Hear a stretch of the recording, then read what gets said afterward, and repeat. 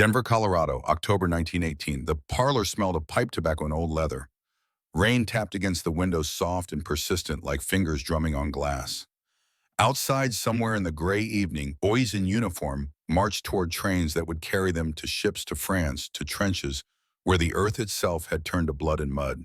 Silas Blackwood sat in the wing chair near the fire. 80 years old, but his back remained straight. His shoulders still carried width, though the muscle had thinned with age. His hands resting on the chair arms were gnarled and scarred, the knuckles swollen with work that never truly ended. A white scar ran down his left cheek, faded now to the color of old parchment. His eyes, pale blue and sharp, watched his grandson across the room. James stood by the mantel, 18 years old, Union Army uniform crisp and new, the wool still stiff with starch. The boy's face was young, unlined, filled with that particular mixture of fear and excitement that came before a man saw his first real violence.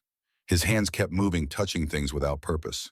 The clock, the photograph frame, the rifle mounted above the fireplace. That rifle, a Sharps, the 1874 model. 44 years old, like the scars on Silas's hands. The wood stock was worn smooth where countless hands had gripped it. The metal showed patches of rust that no amount of oil could fully remove. But the mechanism was sound. Silas had seen to that. He always saw to that. "Grandpa," James said, and his voice cracked slightly on the word. He cleared his throat. "I ship out tomorrow. Dawn train." Silas nodded once. He had known this moment was coming, had been preparing for it in the way old men prepare for loss, by examining memory like a man might examine his weapons before battle, making sure everything was in order, everything accounted for. "Before you go," Silas said, and his voice was still strong, still carried the weight of mountains and winter wind. "You need to know where you come from." James turned. The firelight caught his face, showed the line of his jaw. Strong chin, his father's chin, Daniel's chin. The boy waited. "This family," Silas continued, "didn't start with blood or papers, didn't start with a preacher saying words over a Bible. It started with a child dying in snow and 3 women in black who appeared at my door 4 days later." The room grew quieter.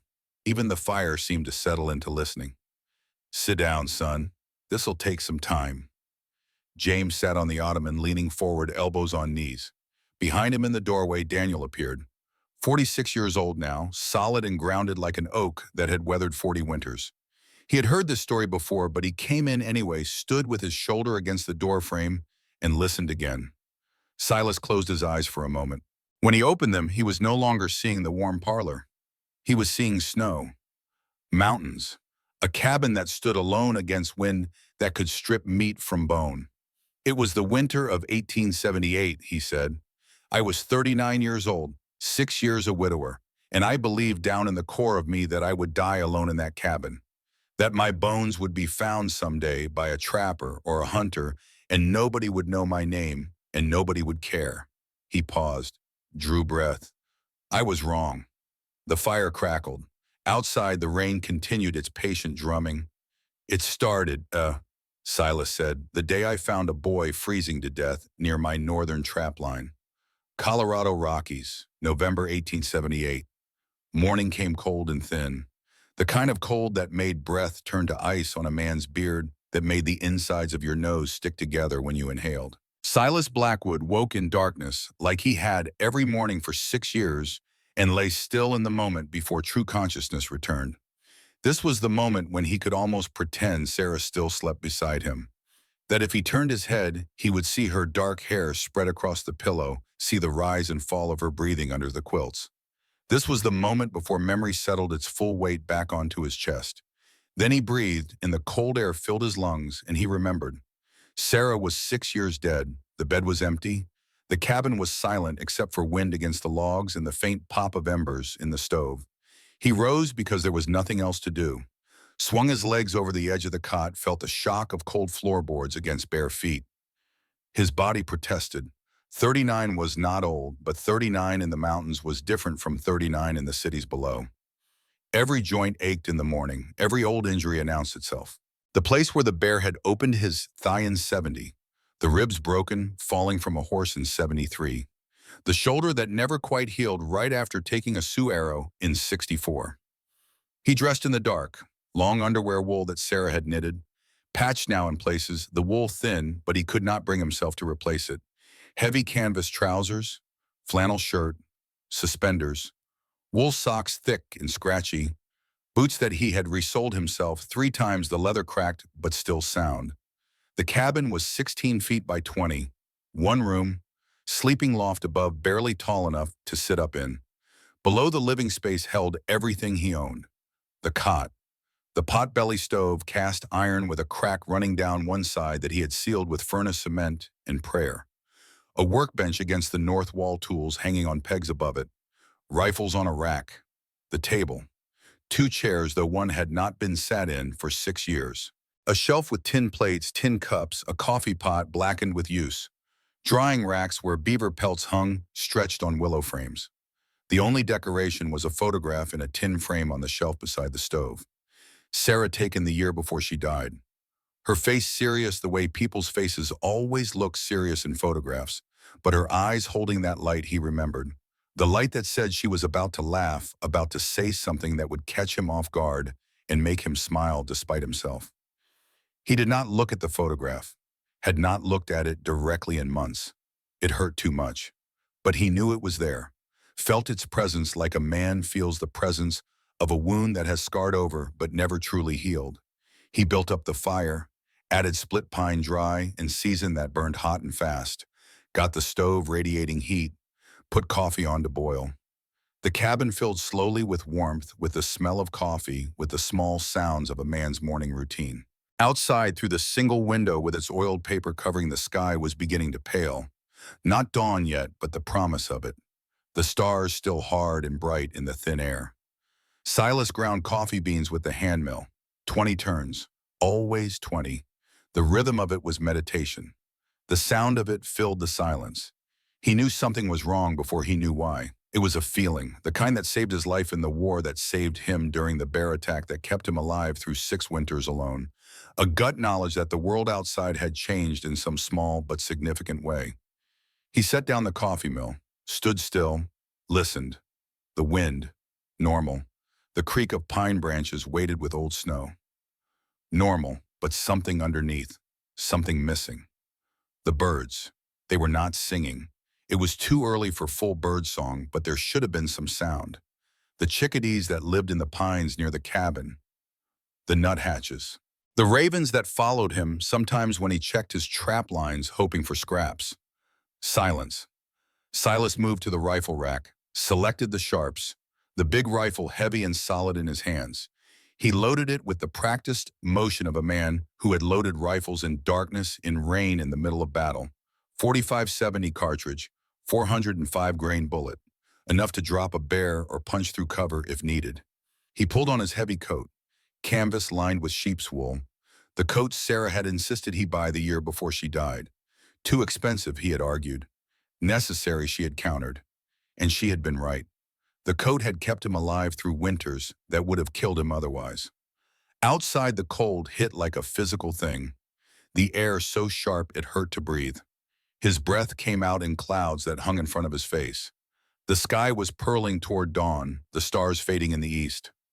The mule Ezra stood in the lean-to beside the cabin. 16-year-old Missouri bred, the best investment Silas had ever made. The mule looked at him with dark eyes that seemed to hold judgment. "I know," Silas said. "Something's wrong." Ezra's ears swiveled. The mule was nervous. That confirmed it. Silas saddled quickly, tied on his trap bag. The sharps went into the saddle scabbard. He kept his hand near it. They headed north. The trap line ran in a rough circle, 8 traps set along the creek that ran down from the high country. Each trap 2 days' journey from the next if you walked, but Ezra cut that time in half. The northern section was the farthest, the hardest to reach. But it was also where the biggest beavers lived, where the pelts were thickest and most valuable. The sun rose behind him as he rode. The light turned the snow gold, then white. Shadows stretched long and blue. The mountains rose around him in layers, each ridge fading to a paler blue in the distance, until they became indistinguishable from sky. Beautiful. It was always beautiful. But beauty in the high country was like a knife, sharp and cold and capable of cutting deep. The feeling of wrongness grew stronger. He checked the first trap. Empty, undisturbed. The second. Same. The third held a small beaver already frozen solid. He reset the trap, tied the beaver carcass to his saddle. The fourth and fifth were empty. At the sixth trap, near where the creek bent around a stand of aspen, he saw it. A shape in the snow that did not belong. Silas stopped Ezra 50 yards out, sat motionless in the saddle watching. The shape was small, dark against white, near the base of a fence post where old wire hung loose and rusted. Could be an animal, a coyote carcass. Could be a bundle someone had dropped. Could be nothing.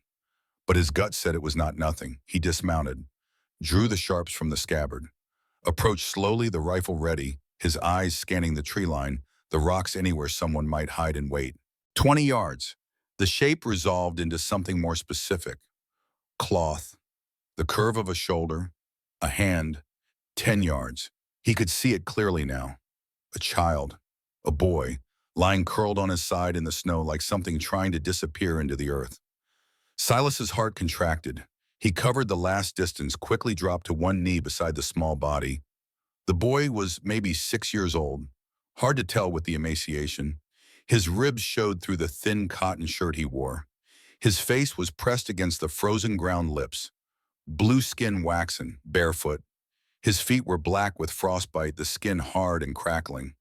No coat, no blanket, wearing only the shirt and a pair of torn wool trousers that looked like they had been cut down from adult clothes. Silas pressed 2 fingers to the boy's neck. Searched for a pulse. Almost missed it. There, faint and slow, barely 40 beats per minute. The heart struggling to pump blood through a body that was shutting down piece by piece. The boy's breathing was so shallow Silas could barely see the chest move. He had 2 hours, maybe 3. Then the cold would finish what it had started. Silas looked around, searching for tracks for any sign of how the boy had gotten here. But the snow was windswept, the surface hard and crusted. If there had been tracks, the wind had erased them. Wait, there. The remains of a small fire, just at a circle of ash and a few blackened sticks. Dead cold. At least a day old, maybe more. And something else. On the boy's inner forearm, barely visible beneath the grime, was a mark. A tattoo, crude and faded. Letters and numbers. SVM, then a hyphen, then 72. Silas had seen marks like this before. During the war.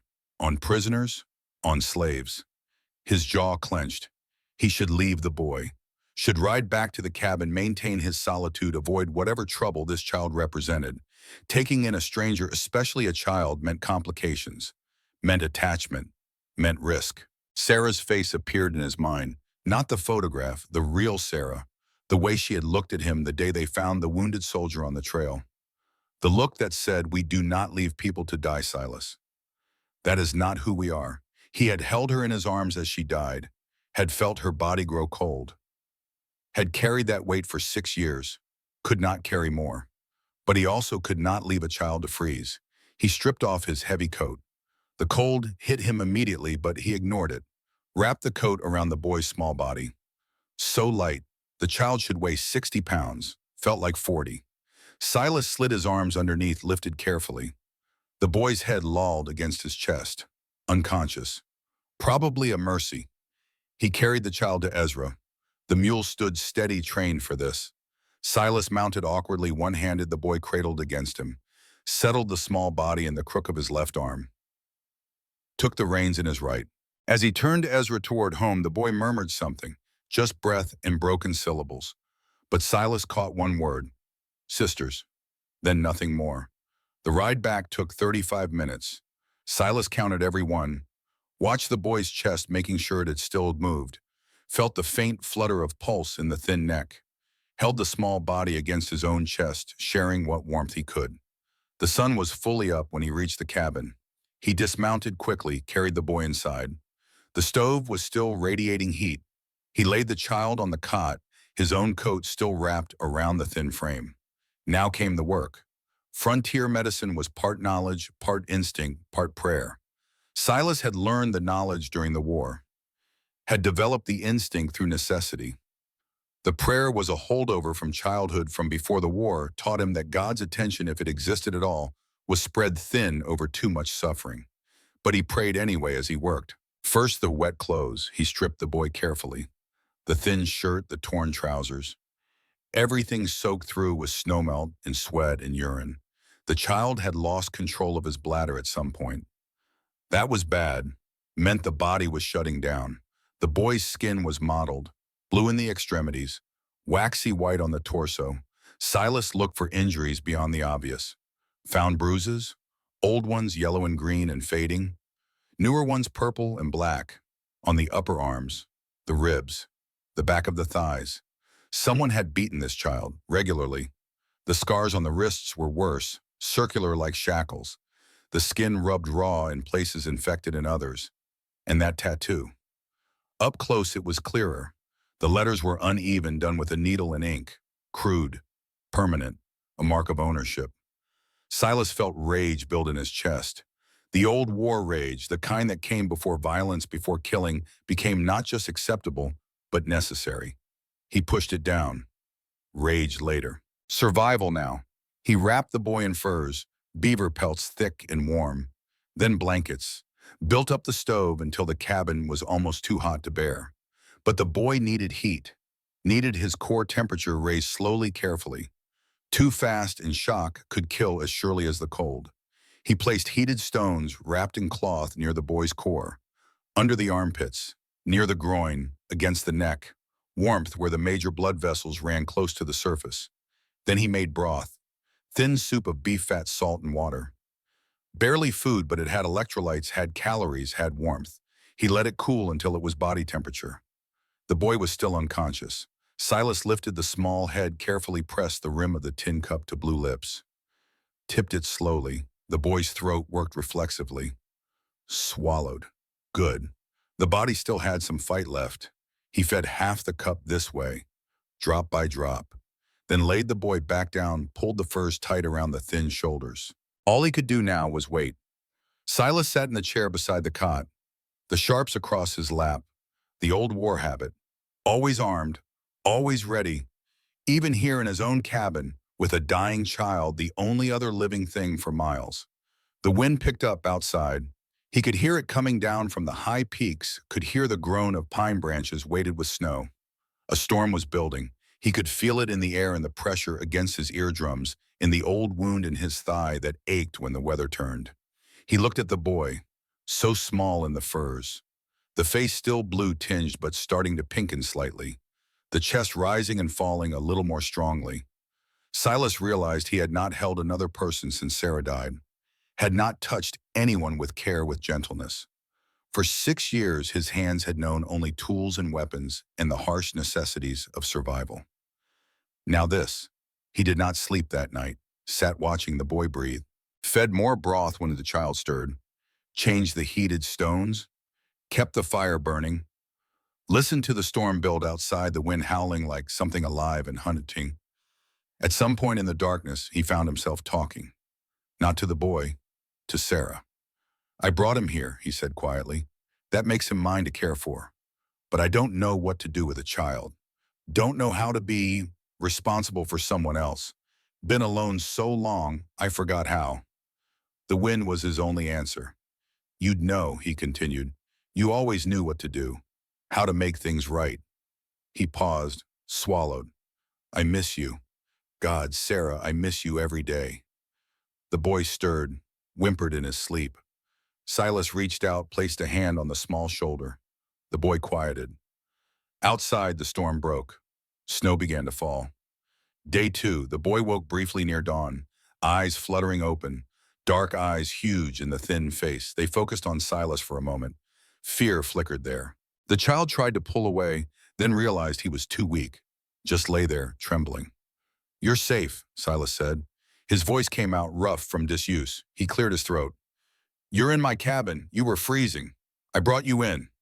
The boy said nothing, just watched him with those enormous eyes. Silas held up the cup. "Broth, you need to drink." The child hesitated, then opened his mouth slightly. Silas fed him, slow sips. The boy drank maybe half a cup before turning his head away. "Hurts?" Silas asked. A small nod. "I know, but you got to drink, got to eat. Otherwise you won't heal." The boy looked at him for a long moment, Then his eyes drifted shut again, back into sleep or unconsciousness. Hard to tell which.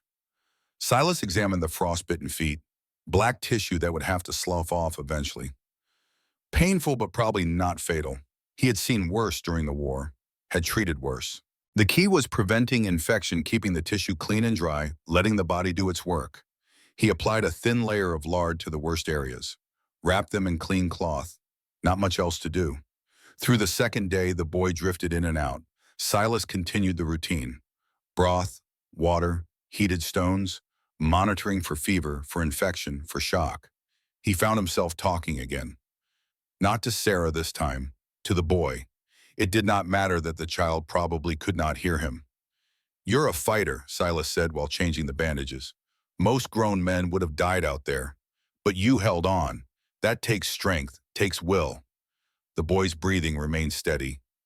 "When you're ready," Silas continued, "when you can talk, you can tell me what happened, where you came from, but no rush. First you heal."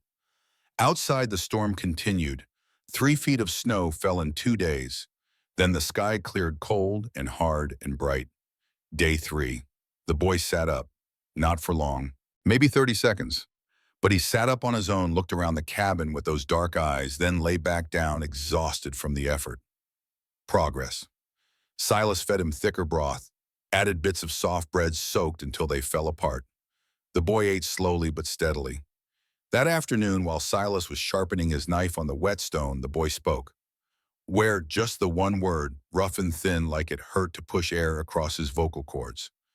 "My cabin," Silas answered. "High country, Colorado Rockies. You're safe." The boy processed this. Then, "Sisters," Silas paused mid-stroke on the whetstone. "What sisters?" But the boy's eyes had closed again, sleep taking him. Silas finished sharpening, cleaned the blade, put it away, then sat for a long time thinking about that one word. Sisters. Day 4. The boy could stand, barely, holding on to the edge of the cot, his legs shaking, his feet still wrapped in bandages. But he stood. He ate real food. Bread and a little venison, soft and easy to chew. Drank water without help. Progress. That evening, Silas stepped outside to check the weather. The storm had passed. The sky was clearing from the west bands of orange and gold, painting the undersides of clouds. The air had that peculiar clarity that came after a big snow, everything sharp-edged and clean. Ezra snorted. The sound of alarm. Silas turned. 3 figures stood at the fence line, 50 yards away, perfectly still against the white snow. Women wearing black. Habits like nuns wore, but torn, stained, wrong somehow. They stood in a line, waiting. Silas felt his hand move toward the sharps. Stopped himself. They were not approaching, not threatening, just standing there in the fading light. He walked toward them, slow steps, his boots crunching in the crusted snow, his breath fogging in the cold air. As he got closer, details resolved. The woman in the center was tall, broad-shouldered. The black habit hung on her frame, too large in places, torn at the shoulder seam. Her face was drawn, exhausted. Auburn hair showed beneath the wimple, escaping in wisps. She had boots, but they were men's size, too big, tied on with strips of cloth. The woman to the left was slender, blonde hair visible. The habit's hem was caked with mud. Her feet were bare in November in the mountains. The skin on her feet was torn and bleeding. The woman to the right was short, stocky, copper hair bright even in the fading light, trying to escape the wimple. Her hands were wrapped in cloth bandages. All 3 looked half dead, exhausted beyond measure. But their eyes were alert, watching him, assessing. The tall one in the center stepped forward, alone, her hands visible and empty. She stopped 20 feet away. "You have the boy," she said. Her voice was low, controlled. "Daniel." Not a question, a statement. Silas said nothing, waited. "We've been tracking him for 4 days," she continued. "We need him back."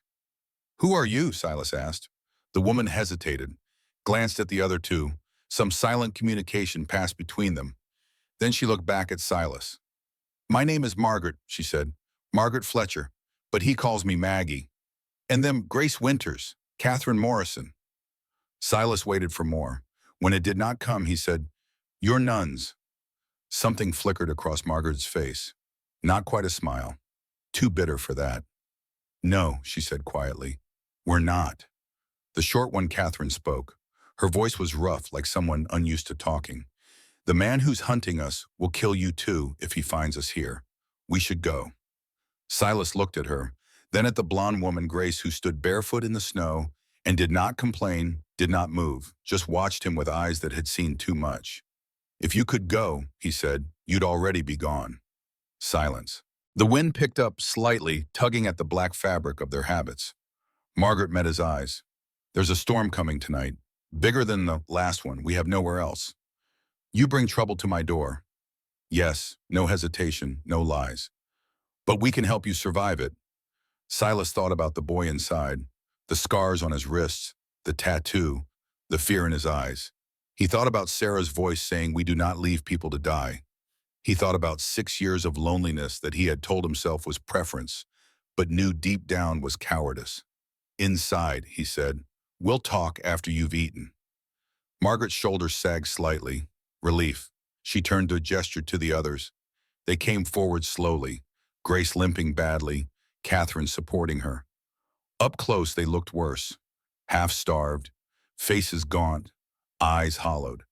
The habits were not just torn, but stained with old blood, with dirt, with the evidence of hard travel. Silas led them to the cabin, opened the door. Warmth spilled out into the cold evening. The women entered cautiously, hands near hidden places where Silas knew weapons must be. He recognized the posture, had worn it himself for years. Inside the boy, Daniel was sitting up on the cot. He saw Margaret and made a sound. Half sob, half cry, scrambled from the furs and stumbled across the floor on bandaged feet. She caught him, dropped to her knees and caught him as he fell into her arms, wrapped around him tight, her face buried in his hair. He clung to her, making small, broken sounds. Mama Maggie, he whispered. Mama Maggie. Silas felt something shift in his chest. Mama. Not mother. Mama. The other two women stood against the wall. Grace's eyes were wet. Catherine's face was carefully blank, but her hands were shaking. Silas set out food, not much. Hard bread, smoked venison, coffee. It was all he had. They ate like starving animals, tearing at the food with their hands, swallowing without chewing their bodies, overriding every social nicety in the desperate need for calories. He let them eat, said nothing, just watched. When they had finished, when the food was gone and they sat with empty plates, he spoke. Start talking. Who are you? What is that mark on the boy's arm? And who is hunting you? Margaret looked at the other two. Grace nodded slightly. Catherine's face remained blank. Margaret set down her cup, looked at Silas directly. We escaped from St. Vincent's mission 3 weeks ago. Never heard of it. That's intentional. Grace spoke now. Her voice was educated. Careful diction. It's not a real mission. Silas waited. Margaret continued. It's a prison, disguised as a refuge for wayward women. Women are brought there, kidnapped, bought, sold, kept under the guise of rehabilitation. By who? A man who calls himself Father Vincent Crow. Margaret's jaw clenched as she said the name. He's not a priest. He's former cavalry, dishonorably discharged. But he has forged documents, papers that make everything look legal. Silas felt ice form in his stomach. What did you say his name was? Vincent Crow. The cabin seemed to tilt slightly. Silas gripped the edge of the table. You know him? Margaret asked. Her voice sharp now, alert. We served together, 3rd Colorado Cavalry, 62 to 64. Silence, heavy and cold. What happened? Grace asked quietly. He was discharged, court-martialed, for assault of a civilian woman, a Cheyenne girl, 14 years old. Silas's voice was flat. I was one of the witnesses who testified against him. Margaret closed her eyes. Then he'll kill you just for being you, even without us.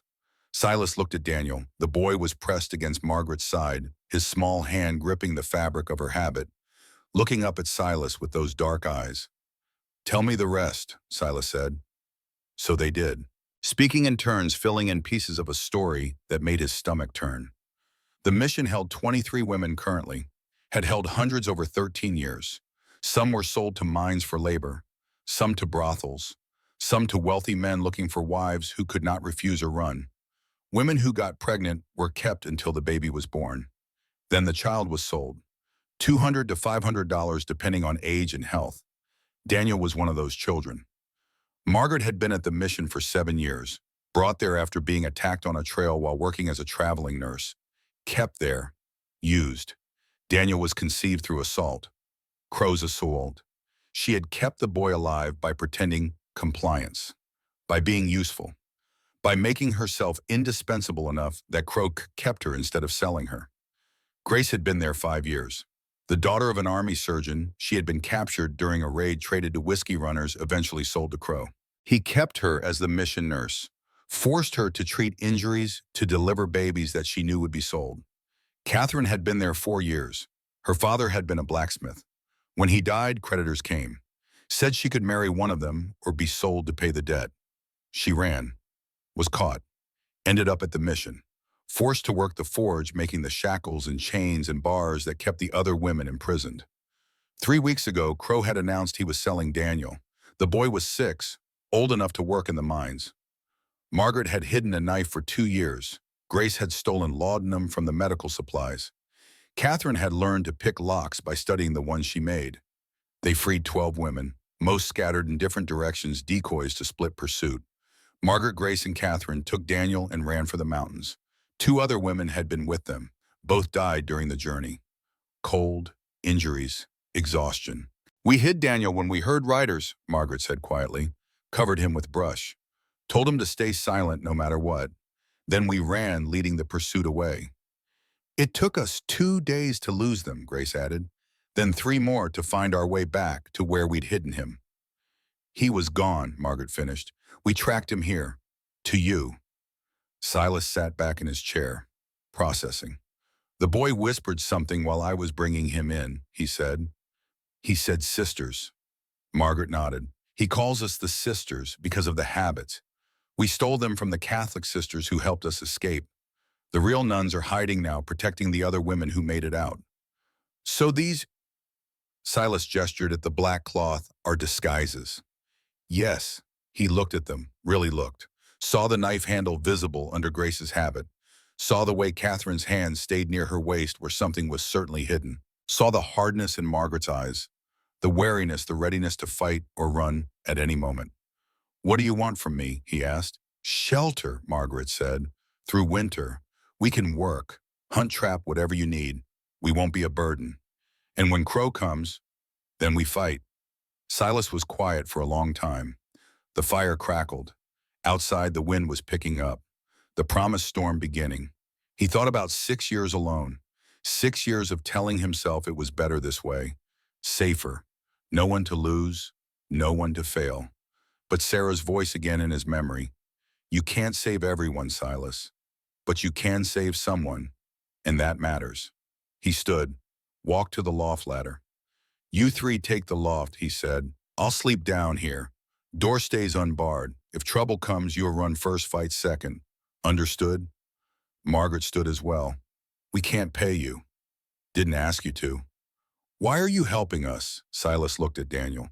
The boy had fallen asleep against Margaret's side, exhausted and finally safe.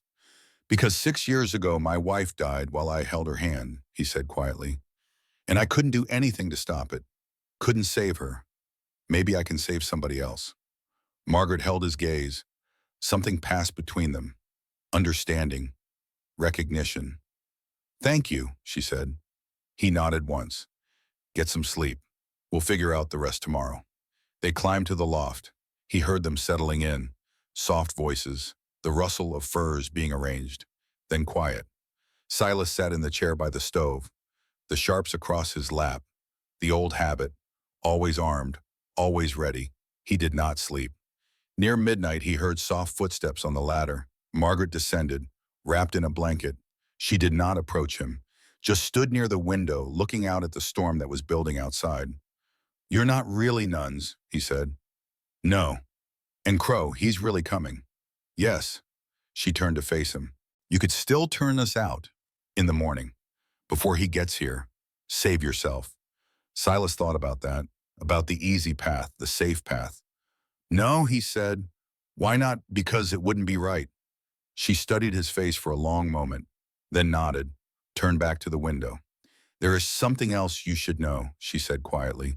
Crow, he swore revenge against you after the court-martial. He said he'd take everything from you, make you suffer like he suffered.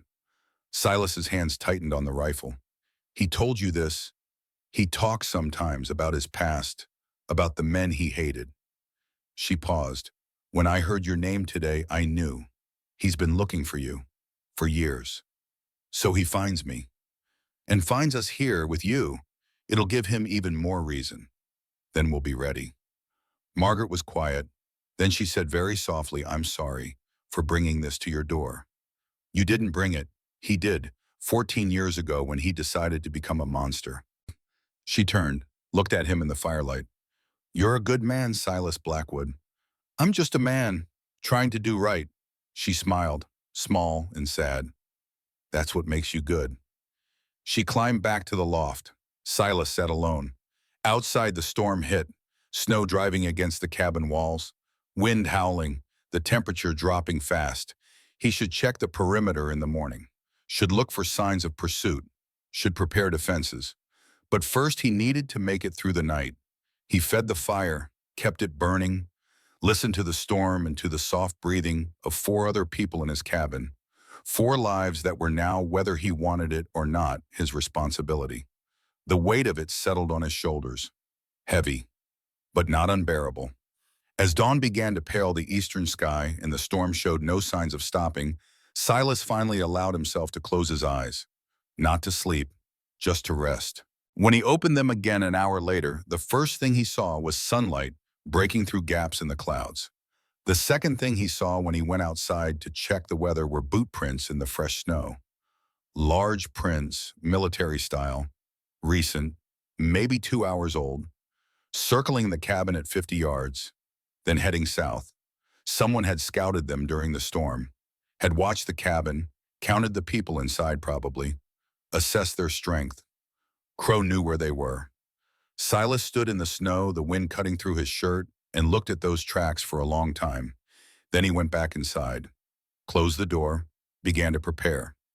The women woke to find him cleaning weapons, sharpening knives, checking ammunition, his face set and hard. He knows, Silas said when Margaret came down the ladder.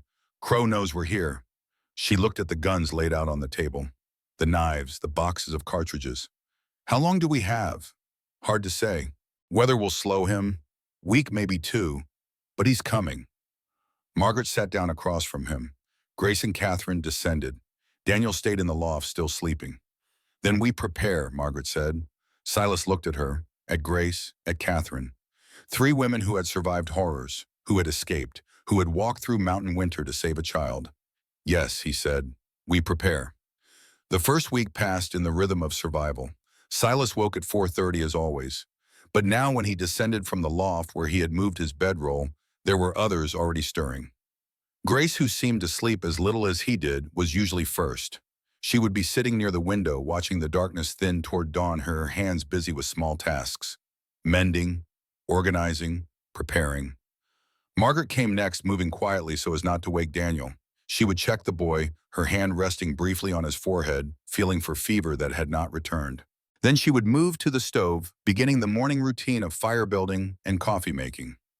Catherine was last emerging from sleep reluctantly, her copper hair wild around her face until she tamed it back. She said little in the mornings, just moved to the workbench and examined the tools there with the same concentration a surgeon might give to his instruments.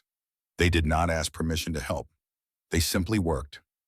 As if they understood on some fundamental level that survival in the mountains required every hand, every skill, every moment of effort. Silas watched them for the first few days, assessing the old war habit of evaluating his unit, understanding their strengths, their weaknesses, how they would perform under pressure. Margaret was strong, stronger than her frame suggested. She could lift water buckets that would make most women struggle, could work for hours without complaint. Her hands showed calluses, the kind that came from years of hard labor, not just weeks. Grace moved with efficiency. Every action was purposeful, economical. She wasted nothing, not motion, not supplies, not time. Her medical training showed in everything she did. The way she organized the cabin, the way she handled tools, the way she watched people constantly assessing their health, their state of mind. Catherine was the mystery, silent most of the time. But when she picked up a tool, something shifted. Her hands moved with certainty. She repaired the broken door hinge without asking, without instruction. Just examined it, selected the right tools, and fixed it. By the time Silas noticed, it was done. On the third morning, he found her at the workbench. She had taken apart his spare rifle, the old Spencer carbine from the war. The pieces were laid out in careful order. She was cleaning each one, checking for wear, for damage. "That needs doing," Silas said. Catherine looked up briefly, nodded, went back to work. He watched her hands. Sure and steady, no hesitation. "You know firearms?" Another nod. "Your father teach you?" She paused, then soft as breath, "Yes." It was the most she had said directly to him. By the end of the first week, the cabin had transformed, not in appearance but in feeling. The space no longer felt empty. The silence was no longer the silence of loneliness, but the silence of people working together, comfortable enough not to fill every moment with words. Daniel grew stronger. By day 5, he could walk without help, though his feet still hurt. By day 7, he was following Silas outside, dragging a stick through the snow, mimicking the way Silas checked the perimeter, the way he examined tracks. The boy did not speak much, but he listened, and he watched, those dark eyes taking in everything. On the 8th morning, Silas carried the rifles outside, set up targets at 50 yards. Tin cans balanced on fence posts. Margaret emerged from the cabin, saw the rifles, understood immediately. "You're teaching us to shoot.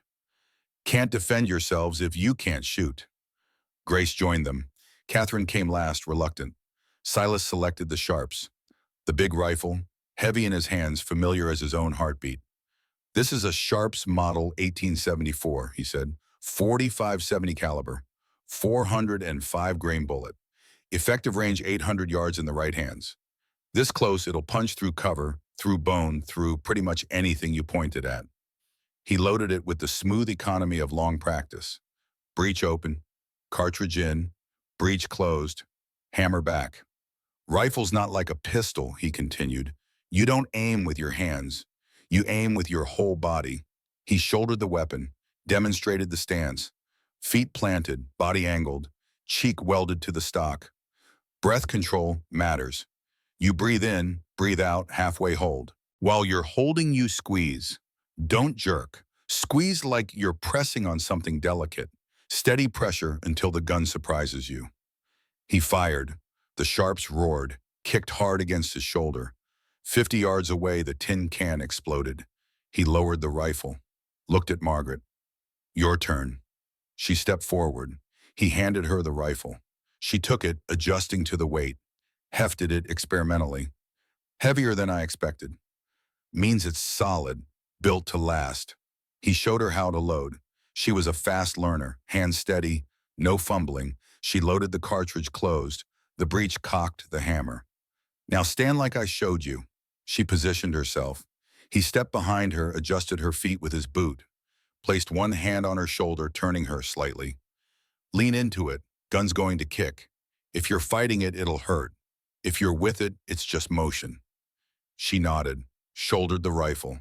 Her form was good, natural. "See the target?" "Yes." "Breathe."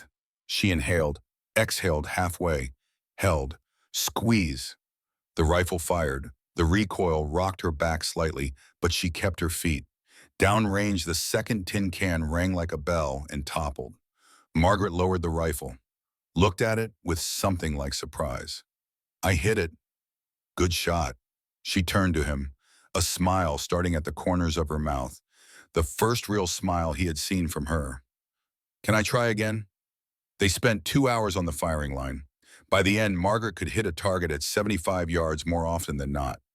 Grace struggled with the sharps, the recoil too much for her lighter frame, so Silas switched her to a smaller rifle, a .22 that he used for small game.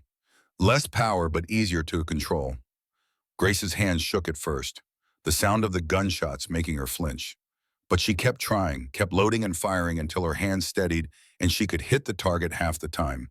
Catherine refused to touch the rifles. "I don't need a gun," she said. Everyone needs to know how to shoot. I know other ways. She pulled a knife from her boot. Not a small knife, a serious blade, 8 inches heavy, balanced for throwing or fighting. Silas looked at the knife. At her. Your father teach you that too? Yes. Show me. Catherine stepped forward, selected a fence post, 20 feet away. She tested the weight of the knife, shifted her grip, then threw. The blade buried itself in the post. Dead center, quivering with the impact. Silas walked to the post, pulled the knife free, examined the throw. Perfect placement, significant force. She knew what she was doing. He walked back, handed her the knife. How close you got to be for that to work in a fight? Close enough to see his eyes. And if he's got a gun, Catherine met his gaze. Then I die, but so does he.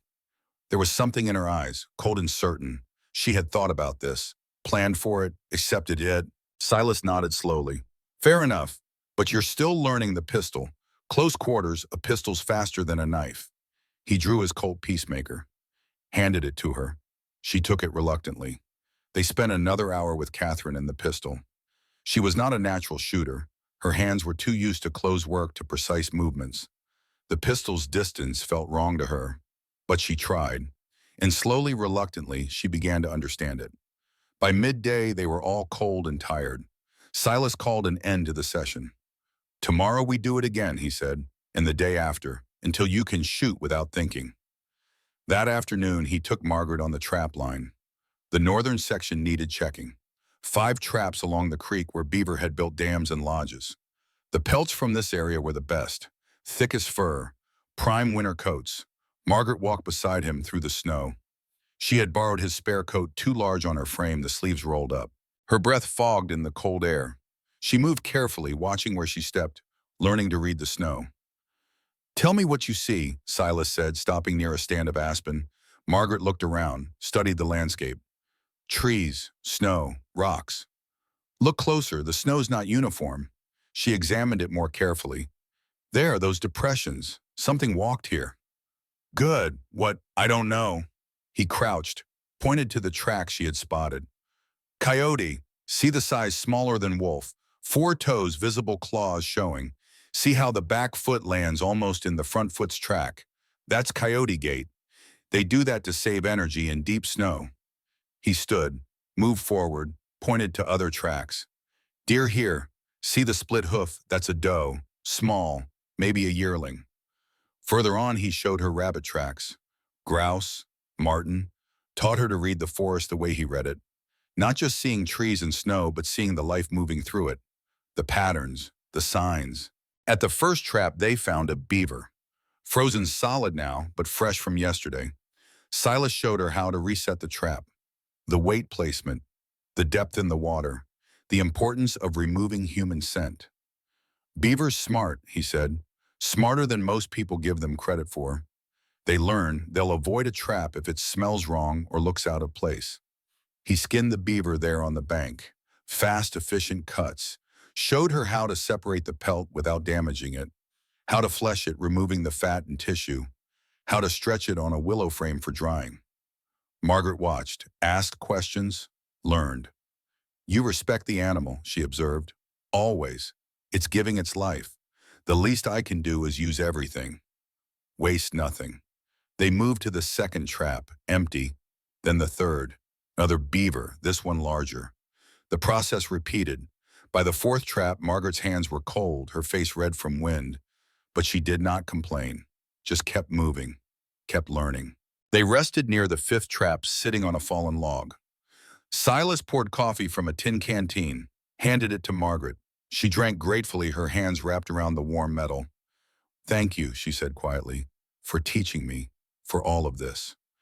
Can't survive out here without skills. I'm just sharing what I know. It's more than that. She looked at him. You're giving us a chance, a real chance to make it through winter, to have something after. Silas was quiet for a moment. Then, what will you do after winter? Margaret stared out at the mountains. I don't know. We can't go back down to the towns. Crow has reached there. He has friends, lawmen who believe his papers. You could go further west. California, Oregon. Maybe. She did not sound convinced. Or maybe we stay, find some place remote, build something. Hard life, harder than what we've lived. He could not argue with that. They finished the trap line, started back toward the cabin. The sun was lowering, painting the snow golden pink, the temperature dropping fast. Margaret slipped on a patch of ice hidden beneath snow. Her feet went out from under her. Silas caught her, his arm around her waist, steadying her, held her for a moment longer than necessary.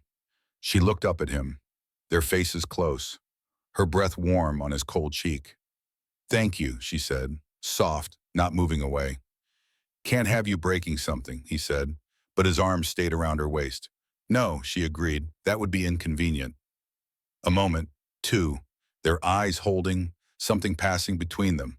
Recognition, possibility. Then Silas stepped back, released her, cleared his throat. "Watch for ice," he said. "It hides under fresh snow, can't always see it." "I'll remember." They walked back to the cabin in silence, but it was not the same silence as before. That evening, while the others prepared dinner, Catherine approached the workbench where Silas kept his tools. She stood there for a long time just looking. Then she reached out, touched the anvil he had mounted there. Small, maybe 20 pounds, for basic repairs. "You have a forge?" she asked. Silas looked up from where he was oiling the sharps. "Small one, out in the lean-to, for horseshoes mainly, basic metalwork." "Can I use it?" He studied her. "You know forge work?" She nodded. "Your father, the blacksmith?" Another nod. "What's your skill level?" Catherine finally looked at him directly. "I can make anything you need." There was no boast in it, just statement of fact. "Show me tomorrow," Silas said. The next morning, Catherine was up before anyone else. Silas found her in the lean-to examining the forge. It was basic. Homemade, a fire pit lined with fire brick, a hand bellows, the small anvil, a rack of tools, hammers, tongs, chisels. She touched each tool like a musician might touch a familiar instrument, testing, remembering. "This'll do," she said. Silas brought coal from his stores, showed her where everything was, then stepped back. Catherine built the fire, fed it carefully, worked the bellows until the coals glowed white hot, selected a piece of scrap iron from Silas's metal pile, heated it, drew it from the fire, set it on the anvil, and began to hammer. The rhythm was immediate, sure. Ring of hammer on metal, the sound that humans had been making for thousands of years. The sound of creation. She worked the metal, heating, hammering, heating again. Her movements economical, precise. No wasted motion, no hesitation. In 30 minutes, she had forged a new knife. Simple, functional. She quenched it in the water bucket, the metal hissing and steaming, then sharpened it on the grinding wheel. She handed it to Silas. He tested the edge, the balance, the weight. It was good work, very good. "Where did you learn this?" Catherine turned back to the forge, started heating another piece of metal. "My father had a shop in Denver, started teaching me when I was 8. By 12, I could work as well as his apprentices. By 16, I was better than most journeymen." "What happened?" Her hammer strikes punctuated the story. "Black lung took him 2 years ago. He had debts. Creditors came, said I could pay with work or marriage. I chose neither. Ran. Strike, strike, strike. They caught me in Colorado Springs. Said I'd committed fraud. Failing to pay legitimate debts. Had papers.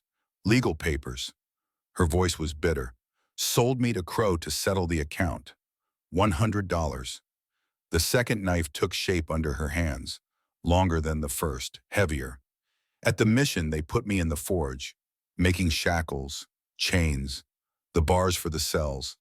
She paused, looked at the glowing metal. "Every piece I made kept women prisoner, including myself." She quenched the second knife, the steam rising around her face. "I'm good at what I do," she said quietly, "and I use that skill to hurt people, even if I didn't have a choice." Silas watched her for a long moment, then said, "You also used it to pick the locks, to free everyone, including yourself." Catherine looked up, her green eyes bright in the forge light. "Past doesn't define you," Silas continued. "What you do next does. You want to make things that hurt people, that's your choice. Want to make things that help, that's also your choice. Catherine held his gaze, then nodded slowly, turned back to the forge. Then I choose help. Over the next week, Catherine transformed the lean-to into a proper workshop. She forged new hinges for the cabin door, made a set of throwing knives for herself, repaired all of Silas's tools, improved them, made them better than they had been. She worked from dawn until dark. And slowly as the hammer rang and the metal shaped under her hands, something changed in her. The silence became less about fear and more about focus. She began to speak more. Not much, but more. And she smiled. Once when a particularly difficult piece came out perfect, she smiled with genuine satisfaction. Grace found her healing too. On the 10th day, Silas cut his hand badly on a trap spring. The metal snapped while he was adjusting it, the sharp edge opening a gash across his palm. Deep, bleeding freely. He came back to the cabin with his hand wrapped in a cloth, blood soaking through. Grace saw it immediately, moved to him without hesitation, unwrapped the makeshift bandage, examined the wound with professional detachment. Clean cut, she said. Through the thenar muscle, you're lucky. Another inch and you would have severed the tendon. She moved efficiently, boiled water, cleaned the wound with whiskey. Silas hissed but did not pull away. This will hurt, she warned. Most things do. She sutured the wound, 12 stitches, small, precise, her hands steady as stone. When she finished, she bandaged it properly. Multiple layers, secured but not too tight. Keep it clean, change the dressing daily, watch for red lines extending from the wound. That's infection spreading. If you see that, tell me immediately. Yes, doctor. She looked up sharply, then realized he was not mocking, just acknowledging her skill. I'm not a doctor. I was never formally trained. You work like one. Grace cleaned the needle, put away the supplies. My father was Army surgeon, Fort Laramie. I assisted him from age 12 until he died. Saw everything a frontier surgeon sees. Gunshots, knife wounds, crushed limbs, gangrene, cholera, mountain fever.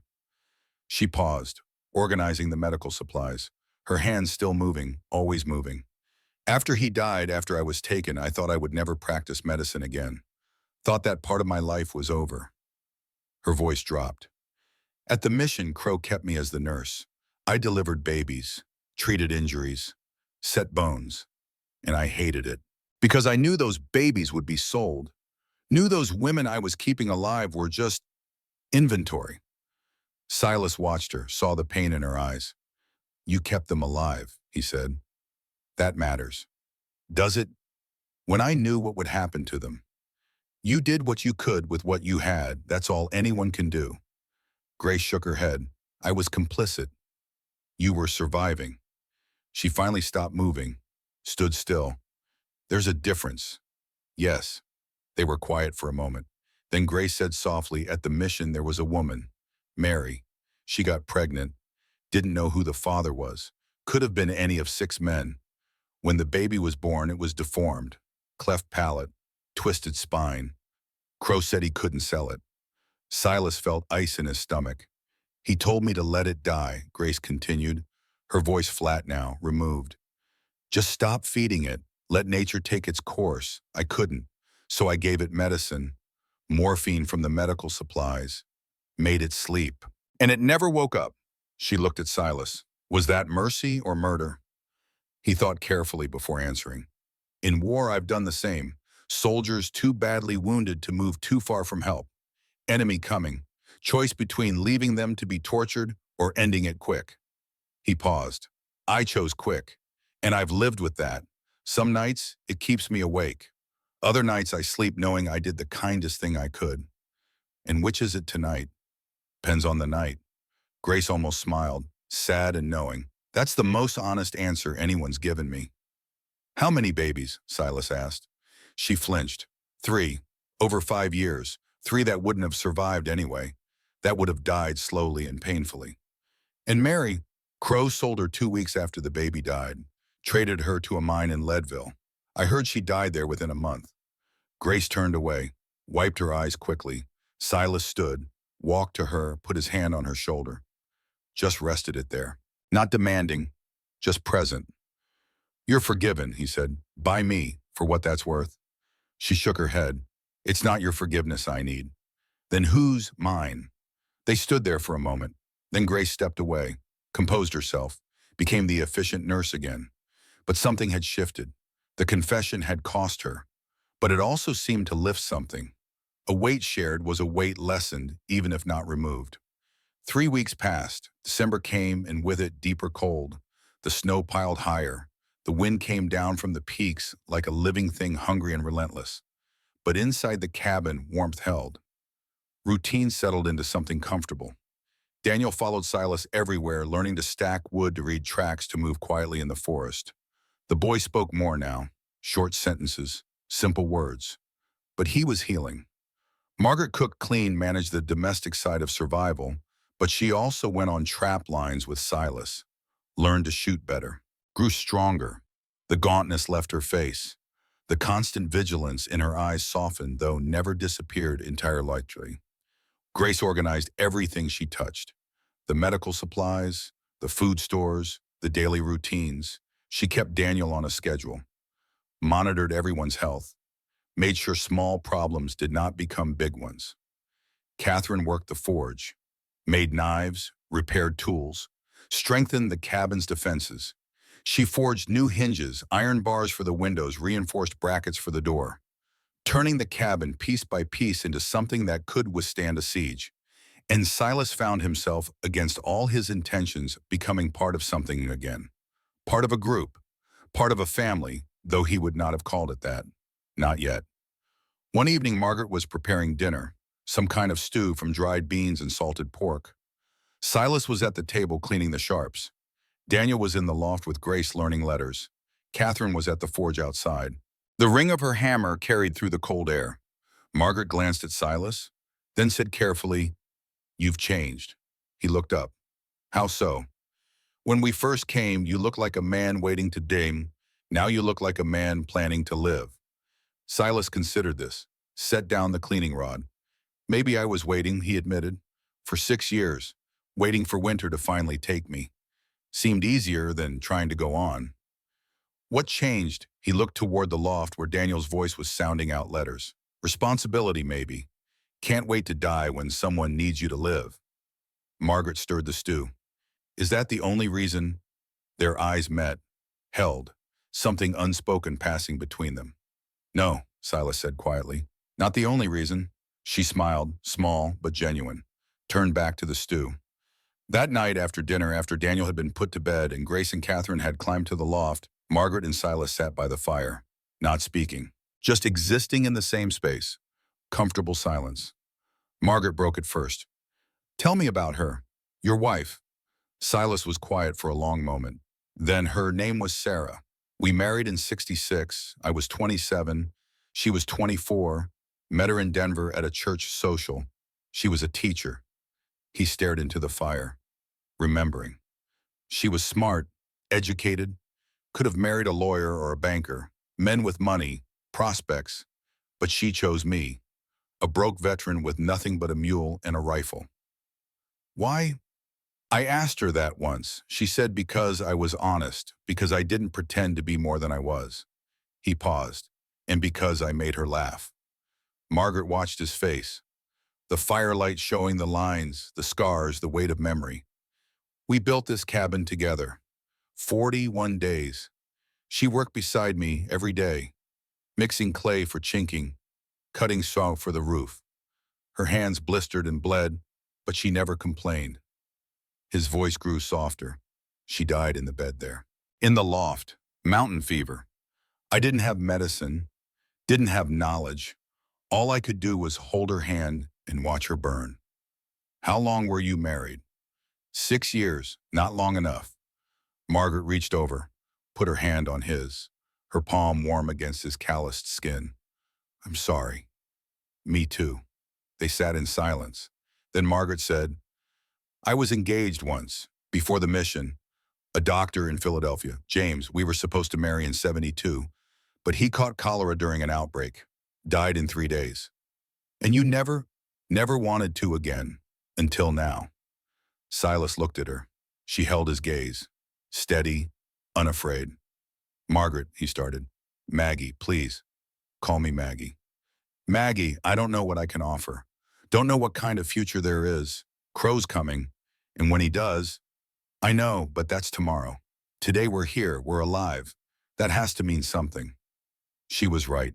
Silas knew she was right. But 6 years of grief and guilt and self-imposed isolation were hard to shed. I'm afraid, he admitted, surprising himself with the honesty. Afraid of losing someone again, afraid of caring and watching them die. Then we're both afraid because I'm terrified of trusting a man again, of being vulnerable, of believing this might be real. She moved closer, leaned her head against his shoulder. But maybe being afraid together is better than being afraid alone. Silas put his arm around her, held her. They sat like that until the fire burned low and the cold started creeping back. When they finally stood to sleep, Margaret turned to him, rose on her toes, kissed him softly, just a brush of lips, a question. Silas answered by pulling her closer, kissing her properly. 6 years of loneliness and longing poured into that moment. Her hands on his chest, his hands on her waist, the world narrowing to just this, just them. When they pulled apart, both breathing hard, Maggie smiled. Tomorrow, she asked. Tomorrow. It became their promise. Every day, despite the fear, despite the uncertainty. Tomorrow. But tomorrow brought complications. On the 24th day, Grace found Silas in the lean-to. Her face was serious, careful. I need to tell you something about Maggie. Silas set down the trap he was repairing. She hurt. No, she's pregnant. The world tilted slightly. Silas gripped the workbench. Mine? No, 2 along, 6, maybe 7 weeks from before. The implications hit him like a fist. Another child, Crow's child, growing inside the woman he was beginning to love. Does she know? His voice rough. Yes, I confirmed it 3 days ago. Why didn't she tell me? Grace met his eyes. Because she was afraid. Afraid you'd treat her different. Afraid you'd turn away. Silas stood, walked out of the lean-to, needed space, needed air despite the cold. He found Maggie inside stirring something on the stove. She saw his face, knew immediately. Grace told you. Yes.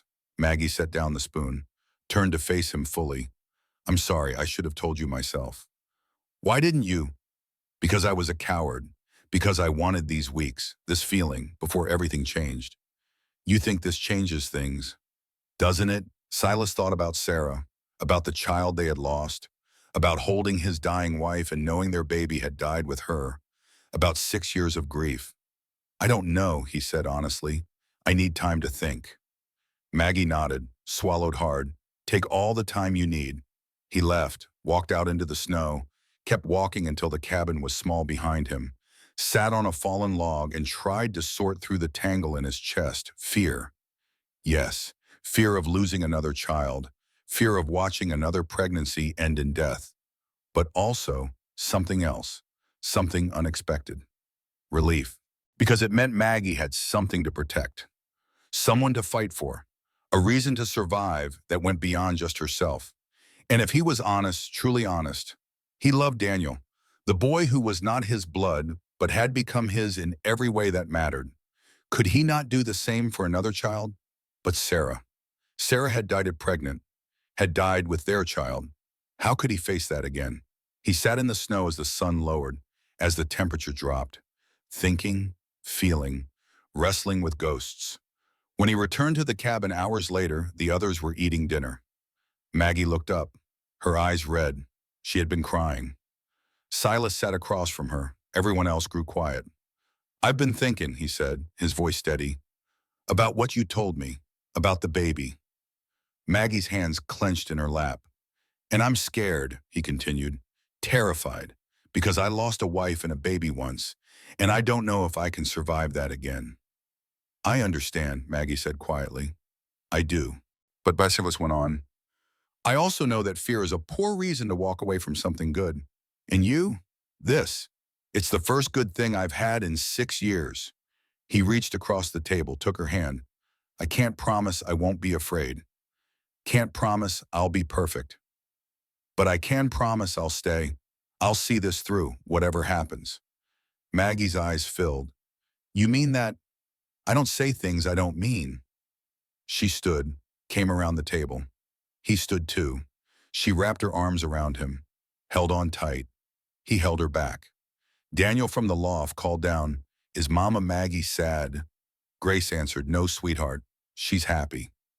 That night, Maggie and Silas talked, really talked, about the pregnancy, about risks, about what would happen when the baby came, about the fact that it would be born in the deepest part of winter, in the most isolated place with only Grace's skill and God's mercy to see it through. "I'm not afraid of dying," Maggie said. "I've faced that before, but I'm afraid of leaving Daniel alone. He won't be alone. Whatever happens, he'll have me. And this baby, if I don't make it," Silas thought carefully, then said, "then it'll have me too. I'll raise it like my own, love it like my own. It won't suffer for the sins of its father." Maggie kissed him, long and deep. When they pulled apart, she whispered, "I love you, Silas Blackwood. I love you too." The words felt strange in his mouth. He had not said them in 6 years, but they were true. 2 days later, disaster struck. Grace and Catherine went to check the eastern trap line. Grace had been restless, wanting to contribute more, to feel useful beyond the cabin. Catherine agreed to go with her, safety in numbers, Silas's rule. They should have been back in 90 minutes, 2 hours at most. 3 hours passed, then 4. Silas was preparing to search when they appeared. Catherine supporting Grace, who was limping badly. Both were soaked. "Ice," Catherine said tersely. She fell through. They got Grace inside, stripped her wet clothes, wrapped her in furs. Her lips were blue, her whole body shaking with violent shivers. But worse was the leg, a deep gash across the calf, ragged and bleeding freely. "Submerged rock," Grace said through chattering teeth. "Caught it going down." Silas and Maggie moved fast. Hypothermia first. Death came faster from cold than blood loss at this stage. They warmed her slowly. Heated stones. Warm tea with whiskey and sugar. Blankets. The cabin brought to nearly unbearable heat. Grace's shivering gradually slowed. Her lips regained color, but the leg kept bleeding. "I need to suture it," Maggie said. "Light's not good enough," Grace answered, "and my hands are shaking too much to guide you." They both looked at Silas. "I'll do it," he said. Grace studied him. "You know how sutured myself after the bear, sutured my horse after barbed wire. Never lost either of us. This is deep, through muscle. Then tell me what to do." Maggie held the lantern close. Catherine held Grace's legs still. Grace, despite the pain, talked Silas through it. "Clean it first. Whiskey, pour it directly in the wound." Silas did. Grace screamed, bit down on a leather strap, her hands gripping the cot until the knuckles went white. "Now look at the muscle, see where it's torn. You need to bring those edges together first." Silas threaded the needle, his hands steady despite the pressure, pushed the curved needle through muscle. Grace's leg twitched, her breathing harsh. Small stitches. Grace gritted out. "Pull tight but not too tight." It interrupted sutures. 1 stitch. 2. 3. Blood kept welling up, making it hard to see. Maggie dabbed it away with cloth. Catherine's face was pale, but she held steady. 13 stitches in the muscle, then 22 in the skin. By the end, Silas's hands were cramping. His back ached from hunching over. But the wound was closed. They bandaged it. Multiple layers. Grace was pale, sweating despite the cold. "Fever's coming," she murmured. "Infection. I'll need willow bark. Willow bark tea every 4 hours." "You'll get it," Maggie promised. That night, Grace's fever spiked. They took turns sitting with her, keeping her cool, getting fluids into her, changing the bandages when blood soaked through. Near midnight, the fever peaked. Grace started shaking again. Not from cold, from the fever itself, her eyes wild, unseeing. "Duh," she called out. "Duh, help me." Maggie held her hand. "Shh, you're safe." "The babies," Grace moaned. "I had to. They would have suffered. I had to." Silas and Maggie exchanged glances. "It's okay," Maggie soothed. "You did what you had to." "Medicine. I gave them medicine, made them sleep forever. Couldn't let Crow sell them. Couldn't let them live that way." the words tumbled out. Fever, confession, the things she had kept buried. 3 babies. 3. I killed them. Mercy. That's mercy, isn't it? Tell me it's mercy. It's mercy, Silas said firmly. You gave them peace. That's mercy. Grace sobbed. I can't forgive myself. Can't. You don't have to, Maggie said. We forgive you. That's enough. They sat with her through the night. The fever raged. Grace thrashed, called out for her father, for forgiveness, for release. Dawn came gray and cold. The fever broke. Grace fell into deep, exhausted sleep. When she woke that afternoon, her eyes were clear. She remembered what she had said, looked at Silas and Maggie with naked shame. You know, she said flatly. We know, Silas confirmed. And nothing changes. You did what you thought was right, under impossible circumstances. That's all anyone can ask. Grace's eyes filled. I'm a murderer. No, Maggie said. You're a survivor who made impossible choices. There's a difference. Catherine, who had been silent in the corner, spoke. We all did things. I made the chains that held us. Does that make me complicit? It's different, Grace protested. Is it? We all did what we had to survive, to help others survive. Catherine moved closer. You kept women alive when Crow would have let them die. You delivered their babies safely. You gave morphine to those who were too broken to be saved. Every act was about reducing suffering. That's not murder. That's being human in an inhuman place. Grace broke, cried. For the first time since they had arrived, she let herself grieve. For the babies, for the women, for herself, they held her, all of them. And slowly the weight she had carried began to lift. Not gone, never gone, but shared. Recovery took days. Grace's leg was infected, but not badly. The sutures held. She stayed off it. Let the others care for her, learned perhaps for the first time to receive help instead of only giving it. Silas found himself talking to her during those days, about the war, about choices made under pressure, about living with consequences. You know what the hardest part of war is, he asked one evening? Killing time, no, living after, carrying the weight of what you did, even when you know it was necessary. Grace nodded slowly. How do you do it? Carry it. One day at a time. Some days are heavier than others, but you keep walking, keep living, because the alternative is giving up. And the people who depended on you deserve better than that. The babies I helped are gone. I can't make it right. No, but you can honor them by living well, by being the person they needed you to be. Grace was quiet for a long time. Then, thank you. For what? For not judging, for understanding. We're all just trying to survive, Grace. Best way we know how. By the end of the week, Grace could walk with a crutch. The wound was healing well. Silas's sutures had held perfectly. The cabin settled back into routine. But something had changed. They had faced crisis together. Shared secrets. Carried each other's burdens. They were no longer just people sheltering together. They were something more. Family. The word still felt strange, but it fit. On the 36th day, Silas was making his morning perimeter check when he saw it. Fresh tracks, 3 sets, closer than before. Only 50 yards from the cabin, the prints were clear in the new snow. Large, military boots. They had circled the cabin completely.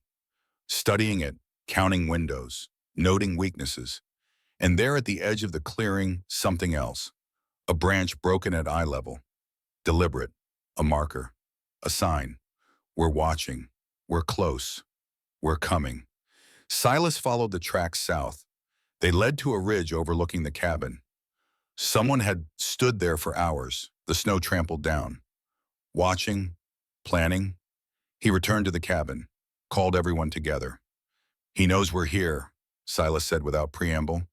Crow, he's sent scouts. They were here during the night, close enough to count us. Maggie's face went pale. How long? Weather's still bad, passes are dangerous. He'll wait for it to clear. Week, maybe less. Then we prepare, Catherine said. Silas nodded. We prepare. They spent the next days fortifying.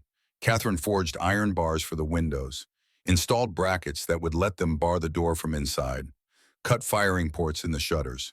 Small holes easy to shoot through, hard to shoot into. They stockpiled ammunition. Silas had maybe 200 rounds for the Sharps, 150 for the Colt. They counted every cartridge, made sure everyone knew where the ammunition was stored. They prepared fallback positions. The root cellar beneath the cabin had a hidden exit Catherine had discovered and widened. If the cabin became untenable, they could escape through there. They drilled escape routes with Daniel, showed him where to hide, where to run if things went bad. The boy learned quickly, serious, understanding that this was not a game. Silas taught them basic squad tactics, how to cover each other, how to reload under pressure, how to fall back in order, war skills, ugly skills, necessary skills. At night, he and Maggie would sit by the fire after the others had gone to bed, holding each other, not speaking, just being together, knowing these might be their last peaceful moments. "Whatever happens," Maggie said one night, "thank you for giving me this, for showing me I could feel safe again, could feel loved. Don't talk like that, like we're already dead." "I'm not. I'm just grateful for this time, for you." Silas kissed her forehead. "We're going to survive this, all of us." Promise. He wanted to promise her safety of future life together. But he had learned not to make promises he might not keep. "I promise I'll fight," he said instead. "Fight until there's no fight left in me. That's enough." On the 40th day, just after dawn, Silas stood on his usual watch point. The cold was brutal, clear sky, temperature far below zero. His breath froze in his beard. He looked north, toward the high passes, the routes Crow would have to take to reach them. And there on the ridge 2 miles away, he saw them, 6 riders, black shapes against white snow, moving slow, careful. One of them sat a black horse. Even at this distance, Silas recognized the silhouette. Vincent Crow had arrived. Silas watched them for a long moment, then turned and walked back to the cabin. His face set, his mind clear. The time for preparation was over. Now came the test. He opened the cabin door. 5 faces turned to him. Maggie, Grace, Catherine, Daniel, with them looking to him for answers. "They're here," he said simply. 6 riders, maybe a mile out. They'll be here within the hour. No one panicked. They had prepared for this. They moved to their positions. Rifles checked, ammunition ready, doors barred, windows shuttered. Silas loaded the Sharps. Felt the familiar weight, the balance. He had killed men with this rifle. During the war, during the lawless years after. He had hoped never to kill again. But some men made themselves into necessary targets. He positioned himself at the main window, the best firing position. Maggie took the east window, Catherine the west. Grace, still limited by her injured leg, would guard the loft with the old Spencer carbine. Daniel was in the root cellar, hidden, safe as they could make him. They waited. Minutes stretched. The cabin silent except for breathing, the crackle of fire, the beat of hearts. Then from outside, the sound of hooves in snow, the jangle of tack, the low voices of men who had ridden hard and were ready for violence. Silas looked through the firing port, saw the 6 riders stop 100 yards out, saw the man on the black horse dismount, tall, confident, wearing a priest's collar over a cavalry coat. Vincent Crow walked forward alone, stopped at 50 yards, arms spread, the universal sign of parley. "Sergeant Blackwood," he called, his voice carrying clear in the cold air.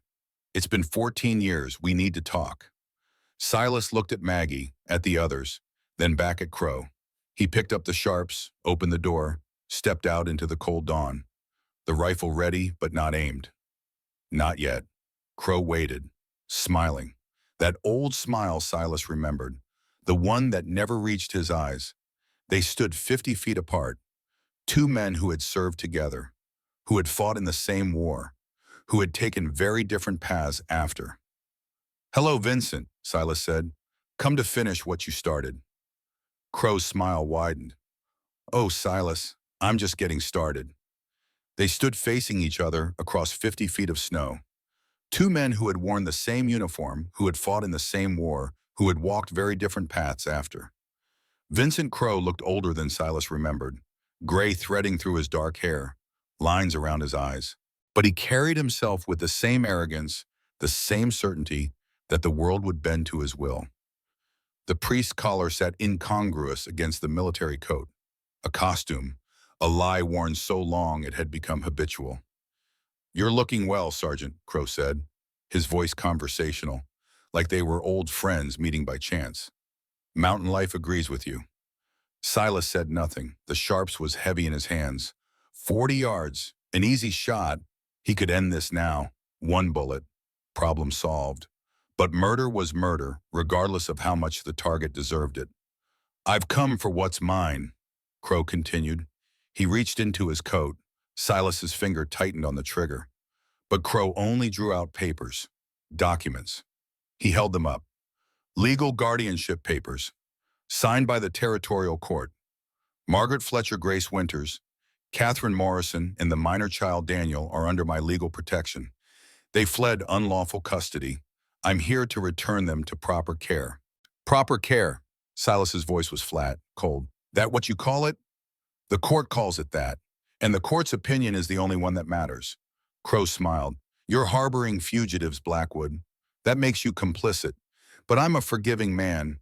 Hand them over and you walk away clean. No charges, no consequences. Those papers legal as they need to be. So they're forged. Crow's smile didn't waver. Prove it. Behind Silas, the cabin door opened. He didn't turn. Knew who it would be even before he heard her voice. "I'll go with you." Maggie walked forward, slowly, her hands empty and visible. She wore Silas's spare coat too large on her frame, her hair loose, her face pale but determined. "Maggie, get back inside," Silas said. No, she came to stand beside him, close enough that her shoulder brushed his arm. "I'll go, willingly. Just leave them out of this." Crow's eyes lit up, predatory, hungry. His gaze raked over her body in a way that made Silas's jaw clench. "Margaret, still beautiful. Prison life hasn't diminished you." "I'm not going to prison. I'm going back to hell. But I'll do it if you leave the others alone." "The others?" Crow laughed. "You mean Grace Catherine? I want them too. They're valuable property, and the boy, especially the boy." "No," Maggie's voice shook but held firm. "The women, yes, not Daniel." "You don't negotiate with me, Margaret. You never did understand that. The boy is mine. I made him inside you. That makes him my property." Silas moved before he could think, raised the sharps, aimed it directly at Crow's chest. "She's not property. He's not property. And if you don't turn around and ride away, I'll put a bullet through your heart." Crow didn't flinch, just looked at Silas with something like amusement. "You'll hang for murder." "Maybe, but you'll be dead." Silence. The wind, the only sound. Cold and sharp and carrying the smell of snow. Then movement behind Crow.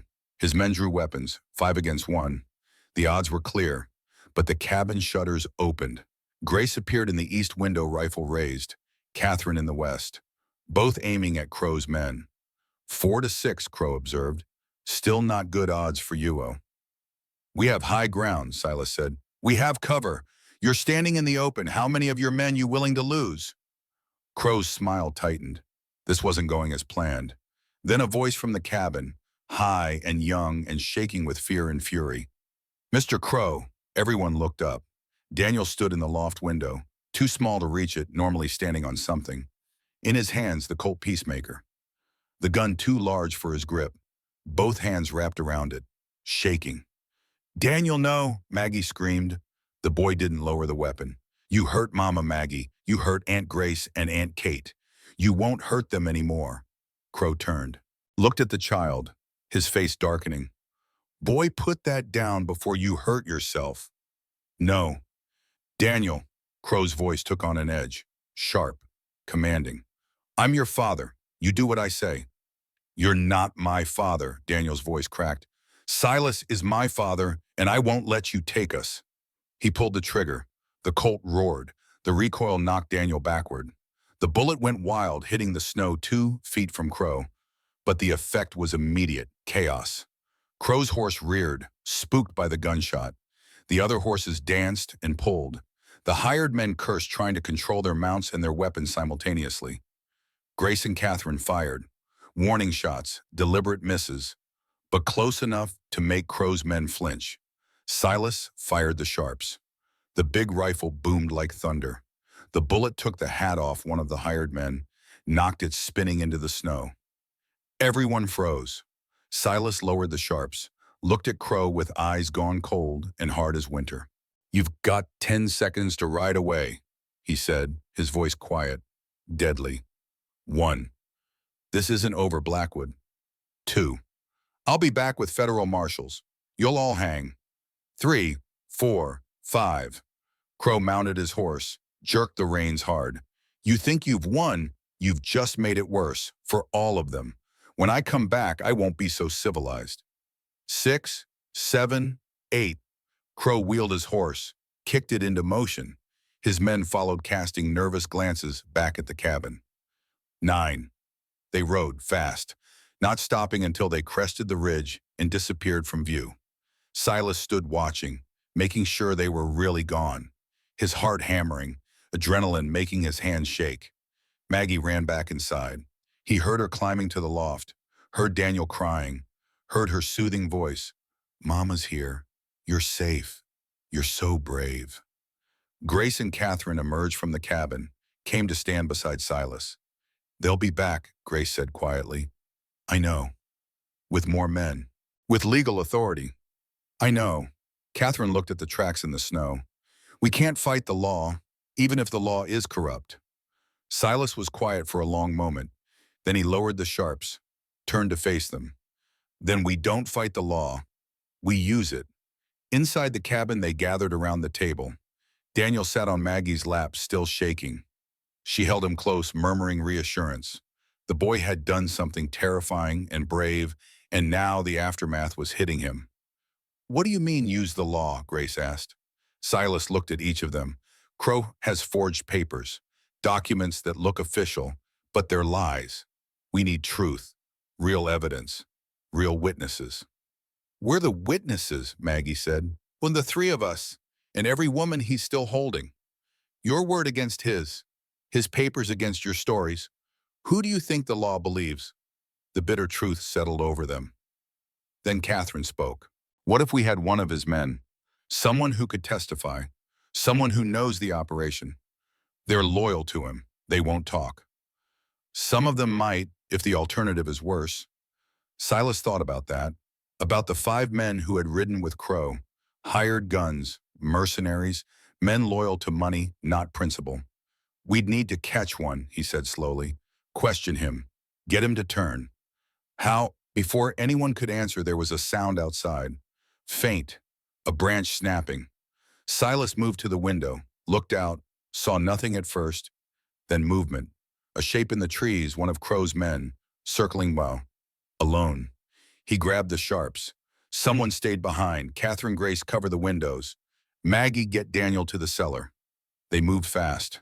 Practiced. Silas slipped out the back door. Moved through the snow. Silent. War skills coming back. Track the enemy. Close the distance. Strike before they know you're there. He found the man 50 yards from the cabin. Young. Maybe 20. Hiding behind a pine tree. Watching the cabin. Gouting. Silas came up behind him. Silent as smoke.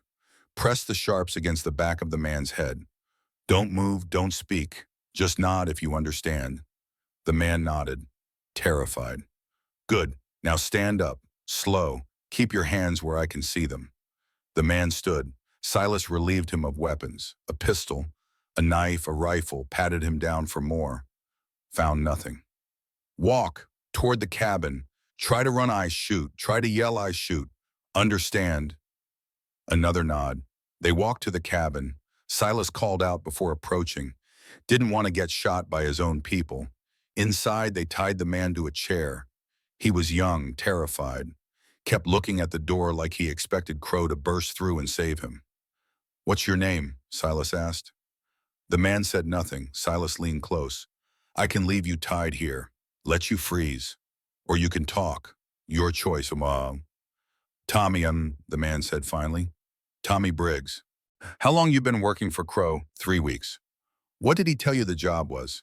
Tommy hesitated, then said he was a priest, needed help bringing back some women who'd run from his mission, said they were disturbed, needed help.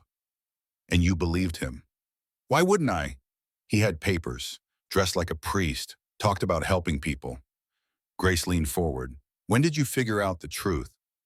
Tommy looked at her, really looked, saw the scars on her wrists, the hardness in her eyes that came from surviving hell.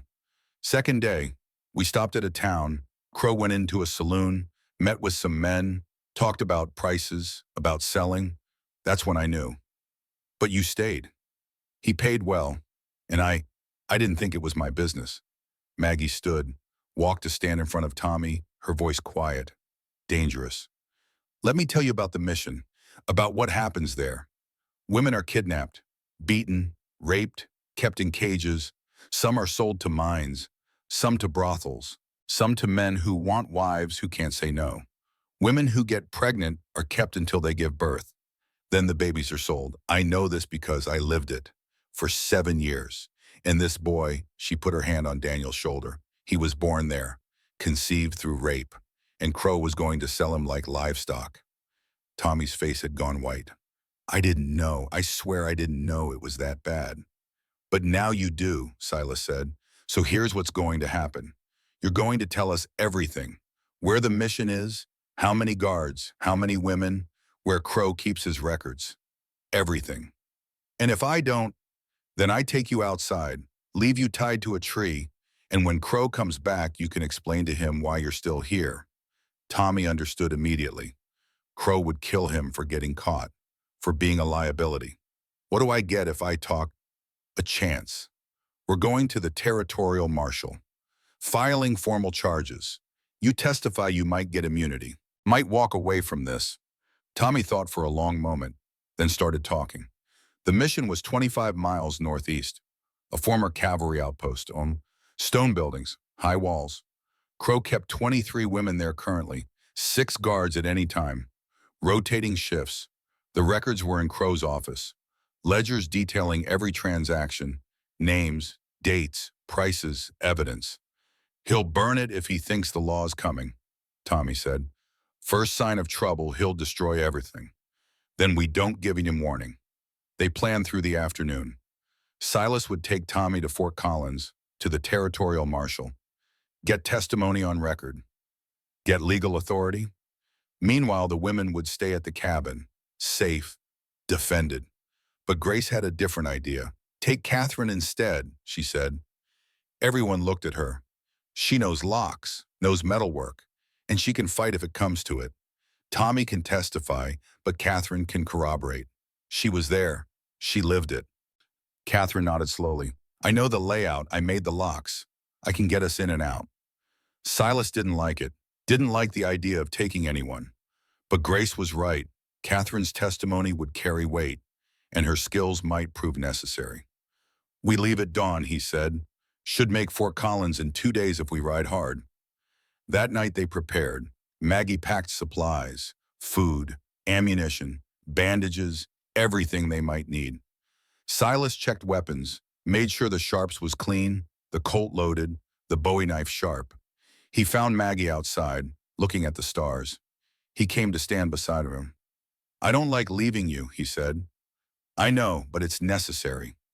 If Crow comes back while I'm gone, we'll hold. Grace can shoot. I can shoot. We have the cabin. We'll be fine. She was trying to sound confident, but he heard the fear underneath. Promise me something, he said. What? If it goes bad, if they breach the cabin, you take Daniel and run. Don't try to fight. Don't try to be a hero. Just run. Silas, promise me, Maggie. She looked at him, then nodded. I promise. They stood together in the cold, the stars brilliant above them, hard points of light in the infinite dark. I love you, she said. I love you too. They held each other until the cold drove them inside. Dawn came gray and bitter. Silas saddled Ezra. Catherine prepared her own horse, one of Crow's mounts they had appropriated. Tommy rode double with Silas, hands bound a rope around his chest tied to the saddle horn. Maggie stood in the doorway, watching, her hand resting unconsciously on her belly. The pregnancy barely showing yet, but there, growing, a life that depended on them all surviving. 2 days there, 1 day for the marshal, 2 days back, Silas said. 5 days total, maybe 6. We'll be here when you get back. He wanted to kiss her, but Daniel was watching, and some things were private, so he just nodded, mounted Ezra. Looked back once, then rode. The journey to Fort Collins was hard. Winter had settled deep into the mountains. The passes treacherous with ice and new snow. They rode through forests silent and vast, through meadows buried under white, through cold that turned breath to frost and made every movement painful. Catherine rode beside him, silent, alert, always scanning the trees, the rocks, anywhere trouble might hide. On the first night, they camped in a cave Silas knew, built a small fire, ate cold rations. Tommy sat apart still, tied, still uncertain. You trust him?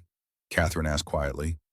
No, but I think he's more afraid of Crow than he is of lying to a marshal. That might not be enough. It'll have to be. Catherine was quiet for a while. Then, why are you doing this? Really, Yao could have turned us away, could have avoided all this trouble. Silas thought about that, about Sarah, about 6 years alone, about the moment he found Daniel dying in the snow. Because I know what it's like to lose everything, he said finally. And I know what it's like when nobody helps, when you're alone and the world just keeps taking from you. I couldn't be that person, the one who walks away. You're a good man, Silas Blackwood. I'm just a man trying to do right. That's all any of us can do. They reached Fort Collins on the second afternoon, a growing town, buildings of wood and brick, streets muddy with melting snow, people moving with purpose, commerce, civilization. The marshal's office was a solid building near the center of town. Silas tied Ezra outside, brought Tommy in. Catherine followed. Marshal Wade Coleman was in his 50s, gray-haired, hard-eyed. He looked up from paperwork when they entered. Help you need to file a complaint against Vincent Crow. Coleman's expression didn't change, but something flickered in his eyes. What kind of complaint? Human trafficking, kidnapping, assault, operating a criminal enterprise disguised as a church mission. Now Coleman set down his pen. That's a serious accusation. I've got serious evidence. Silas laid it out. Catherine told her story. Tommy gave his testimony. Names, dates, locations. The details accumulated like snow. Heavy, undeniable. Coleman listened, took notes, his face growing darker. You're telling me a man posing as a Catholic priest has been running a trafficking ring for 13 years? Right under our noses, yes. And you've got how many witnesses?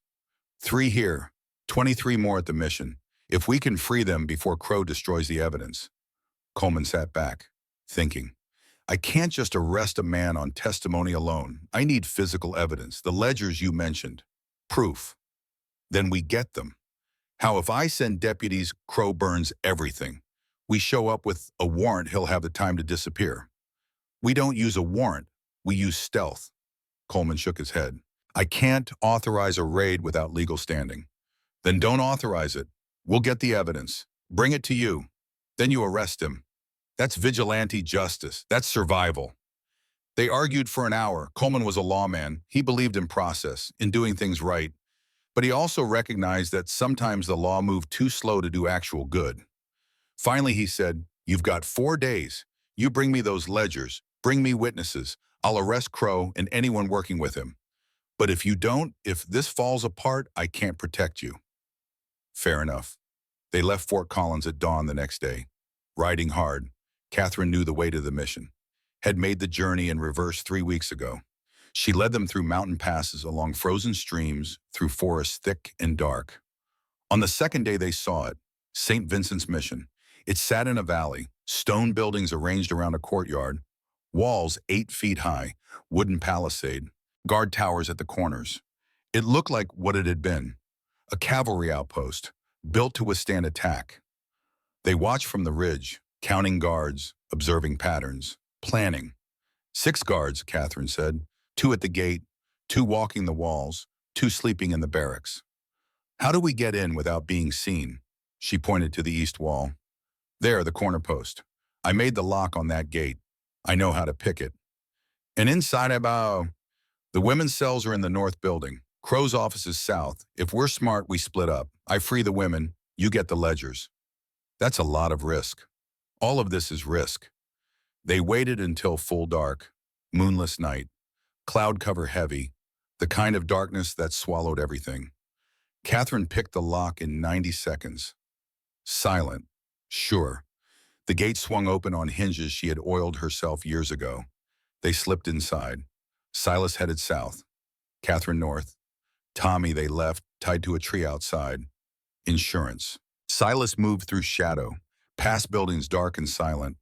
The mission was quiet. Most guards were at the front, complacent. They had never been breached before. He reached Crow's office, tried the door, locked. He could pick it, but it would take time. Time he might not have. Instead, he moved to the window, tested it, locked. But windows were easier than doors. He used his knife to jimmy the frame, worked it slowly, patiently. The window popped open. He climbed through. Inside the office was exactly what he expected. Desk, file cabinets, bookshelves, and there in the cabinet behind the desk, the ledgers. Thick books, leather bound. He pulled them out, started to leave. Then he heard voices. Outside. Guards on patrol, coming this way. He couldn't go out the window without being seen. Couldn't go out the door without drawing attention. He was trapped. The door handle turned. Silas pressed himself against the wall, knife in hand. If this went wrong, if violence was necessary, he was ready. The door opened. A guard stepped in, reached for the lamp. Silas moved. Fast. Silent. Grabbed the guard from behind, hand over mouth, knife to throat. Quiet, he breathed, or you die. The guard went rigid, terrified. How many women here? The guard couldn't speak with Silas's hand over his mouth. Silas loosened slightly. 20, the guard whispered. 20 women, in the cells. Where's Crow? Gone, rode out 2 days ago, won't be back until tomorrow. Good, that gave them time. Silas hit the guard, hard. The man crumpled, unconscious but alive. Silas tied him with the man's own belt, gagged him, then grabbed the ledgers and left. Fast now, speed over stealth. He found Catherine in the cell block. She had already picked 3 locks. Women were emerging, thin, frightened, disbelieving. We have to go, now. There's 20 of them. We can't move 20 women through the mountains in winter. We don't have a choice. Crow's coming back tomorrow. If they're here when he arrives, Catherine understood. She worked faster, picking locks, freeing women. Some could barely walk, some couldn't walk at all. They improvised. The stronger women helped the weaker. They raided the mission stores, took coats, blankets, food, weapons. Somewhere an alarm bell rang. The guards had found their unconscious colleague. Run, Silas said. Everyone run. They poured out of the mission. 20 women. Silas, Catherine. A flood of humanity escaping into darkness. Behind them shouts, gunfire, guards trying to mount a pursuit. But they were confused, disorganized. By the time they understood what was happening, the escaped prisoners were gone into the forest. They didn't stop running until dawn. Didn't stop moving until the mission was miles behind them. Then they collapsed, exhausted, triumphant, free. Catherine looked at Silas. We did it. We did. They made it back to Fort Collins 3 days later. 20 women, ledgers, evidence, witnesses. Marshal Coleman took one look at the group and started organizing. Shelter, food, medical care, statements. The ledgers were damning. 13 years of crimes, names, dates, prices, everything Coleman needed. This is enough, he said. I can arrest Crow, his associates, everyone involved. When? Soon as I can organize a posse, 2 days maybe. Make it 1. Coleman looked at him, saw the urgency. He's going after your people. Yes. Then ride, I'll follow as fast as I can. Silas and Catherine rode through that night and the next day, pushing the horses to the edge of endurance. The mission raid had taken longer than planned. 6 days instead of 5. And Crow would be furious, vengeful. They reached the cabin at dusk on the seventh day. Smoke rose from the chimney. The horses were in the lean-to. Everything looked normal. Too normal. Silas dismounted carefully. Sharps ready, approached the cabin slowly. The door opened. Maggie emerged, whole, alive. She saw him and her face broke into a smile. Relief, joy. He ran to her, picked her up, held her tight. "You're back," she said. "I was so worried." So was I. Inside, Grace and Daniel were fine, tense but unharmed, no sign of Crow. "He came once," Maggie said. "3 days ago, left a letter." She handed it to Silas. Paper, Crow's handwriting. The message was simple, brutal. "You have until Sunday, return the women and boy to me, or I burn the cabin with everyone inside." 2 days. They had 2 days. Silas looked at the women, at Daniel, at the cabin they had defended and lived in and transformed into a home. "Coleman's coming," he said, "with deputies, with arrest warrants, but it'll take him 3, maybe 4 days to get here." "And Crow comes in too," Grace said. "So we finish this, now, tonight. We don't wait for him to come to us. We go to him." "How?" Maggie asked. Silas looked at Catherine. "Can you get us back into that mission?" "It'll be locked down after the raid, more guards, tighter security." "But can you get us in?" Catherine thought, then nodded. "Yes, but it's suicide." "Only if we fail." They planned through the night. It was insane, reckless. 3 of them against Crow and however many men he had left, but waiting meant death, and they had come too far to surrender now. At dawn, Silas, Catherine, and Maggie rode out. Grace stayed with Daniel, the last line of defense if everything went wrong. They reached the mission by mid-afternoon. It was exactly as Catherine predicted. More guards, patrols constant, the walls reinforced. But Catherine knew this place, had built parts of it, knew its weaknesses. They waited until dark, then moved. Catherine got them through the east gate again. Different lock this time, but locks were locks. She understood them. Inside, they split up. Catherine to cause confusion, distraction. Maggie to find any remaining women. Silas to find Crow. He didn't have to search long. Crow was in his office, sitting behind the desk, drinking whiskey from a crystal glass, like he had been waiting. The office door was open. Silas walked in, the sharps in his hands. Crow looked up, smiled. That same cold smile. "Sergeant Blackwood, I knew you'd come. Where are your men, dealing with the disturbance your people are causing?" "Which means we're alone, just 2 old soldiers, the way it should be." Crow stood, drew the Lamat revolver from his belt, set it on the desk. "We could do this civilized, or we could do it honest. Your choice." Silas set down the sharps, kept the Bowie knife at his belt. "I want to know something first." "Ask." "Sarah, my wife. You said you sent her poison, disguised as medicine." Crow's smile widened. "I did. Took me 2 years to find you after the court-martial, but I did. Anonymous package. Rat poison mixed with sugar. Labeled as fever remedy. She took it thinking it would help." The words hit Silas like bullets. 6 years of grief. 6 years of guilt. Thinking he had failed her. Thinking he couldn't save her. She had been murdered, and he had never known. Rage filled him, pure and cold and absolute, the kind of rage that came before killing, before blood and violence and the end of thought. "You killed her." "I did, and I've enjoyed knowing it every day since. Knowing you thought it was natural. Knowing you blamed yourself." Silas's hand moved to the knife. "I'm going to kill you." "Try." Crow grabbed for the Lamat. Silas threw the knife. The blade buried itself in Crow's gun hand. The revolver clattered to the floor. Silas charged, tackled Crow. They crashed through the desk, wood splintering, glass breaking. 2 men who had once been soldiers now fighting like animals. Crow was strong, vicious. He fought dirty, went for eyes, throat, groin. But Silas was stronger, angrier. 6 years of grief powering every blow. He beat Crow, systematically, brutally, broke his nose, shattered his cheekbone, kept hitting until Crow couldn't fight back. Then he stood, breathing hard, looking down at the man who had murdered Sarah, who had destroyed countless lives. who deserved death more than anyone Silas had ever known. He picked up the Lamat, aimed it at Crow's head. One bullet. Justice. Revenge. But he heard voices outside. Women's voices. Catherine had freed more women. They were witnesses now. Elo. Saved.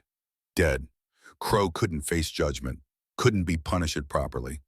Couldn't spend the rest of his life in chains knowing what he had lost. Alive he would suffer. Every day. For years. In prison. Without power. Without control. Silas lowered the gun. "You're going to live," he said, "but you're going to wish you'd died." He left Crow bleeding on the floor, found Catherine outside, Maggie with her, 6 more women freed.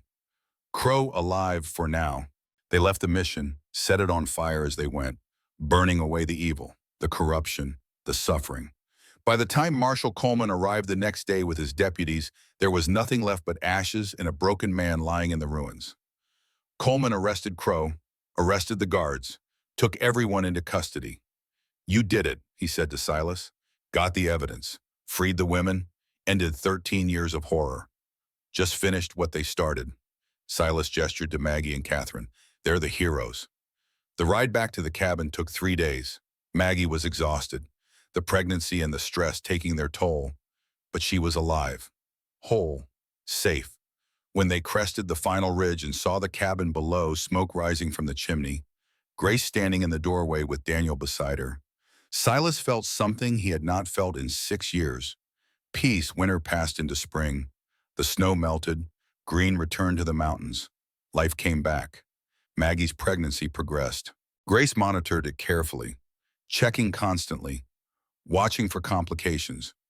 But Maggie was strong, healthy. The baby grew. They expanded the cabin. Catherine built an addition. More space for the growing family. More room for life. Crow's trial was in Denver. Silas testified. Maggie testified. Catherine and Grace testified. 29 women testified.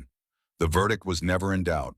Vincent Crow was sentenced to life in prison, hard labor, no possibility of release.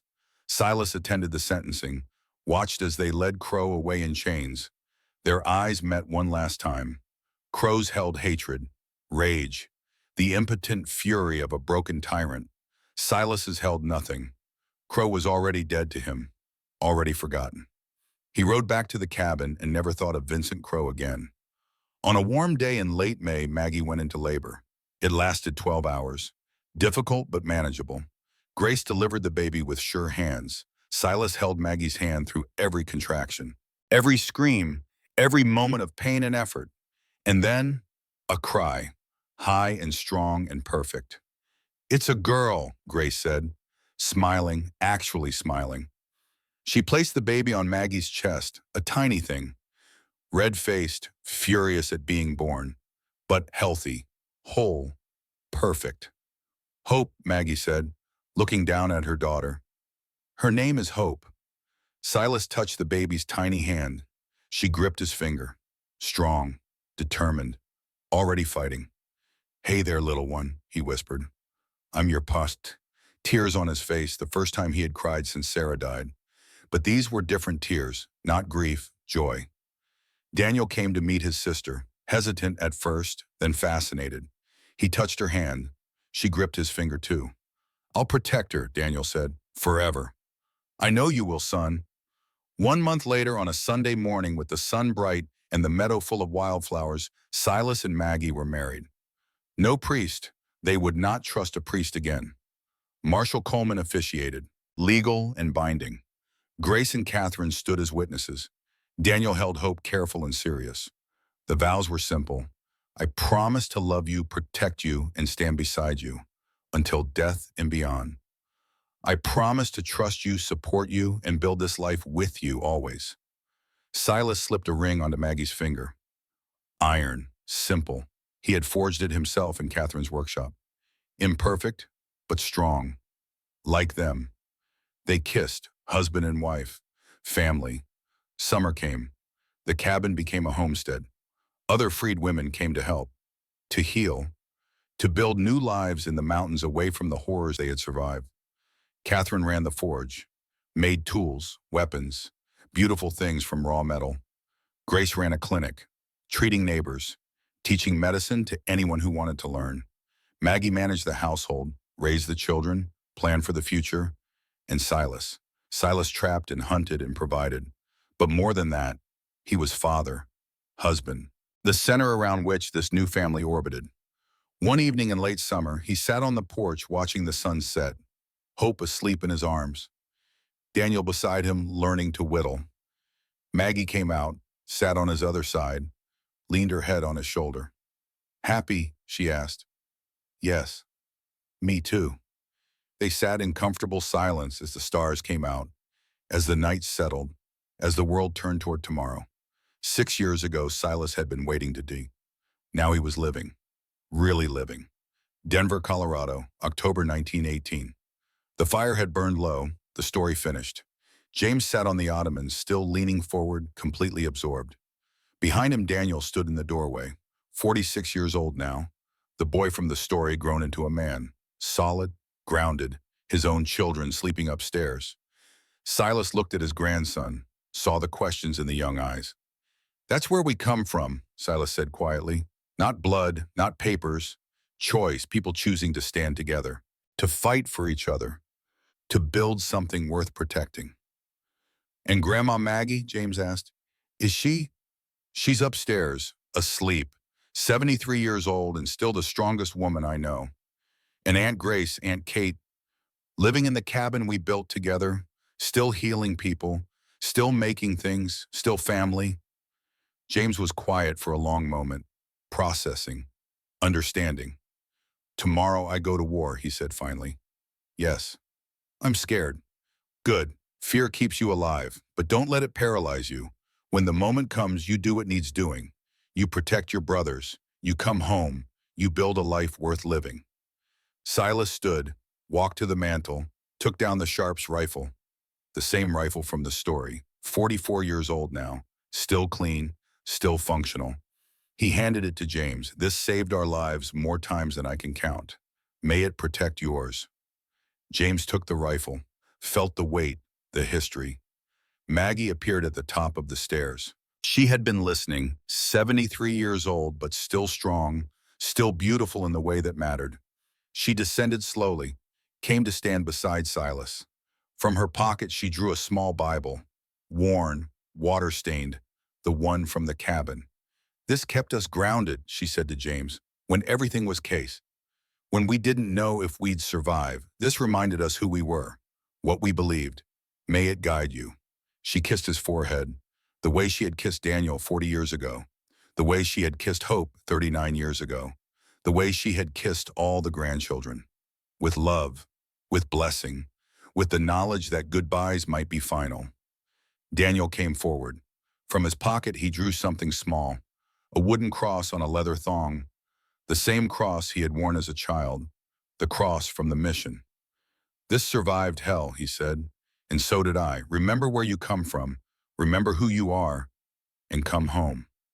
James stood, holding the rifle, the Bible, the cross, the weight of family and history and love. "I will," he promised. "I'll come home." That night, Silas lay in bed beside Maggie, her hand in his, like it had been for 40 years. "Do you think he'll make it?" she asked quietly. "I don't know. War is war. But he's strong, smart. He's got good people around him. He's got a reason to survive. Like we did." "Like we did." She turned, looked at him in the darkness. "No regrets." "About what?" "Any of it. Taking us in, fighting Crow, building this life." Silas thought about that, about all of it. The fear, the violence, the grief, the joy. "No regrets," he said. "You, Diane, not a single one." They held each other, two people who had survived winter and violence and loss, who had chosen each other every day for 40 years, who would choose each other every day until the end. Outside, the city slept.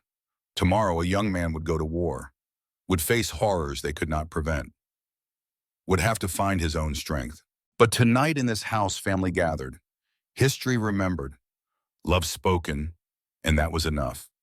In the morning, they all stood on the platform as the train pulled in, soldiers boarding, families saying goodbye. The familiar ritual of war.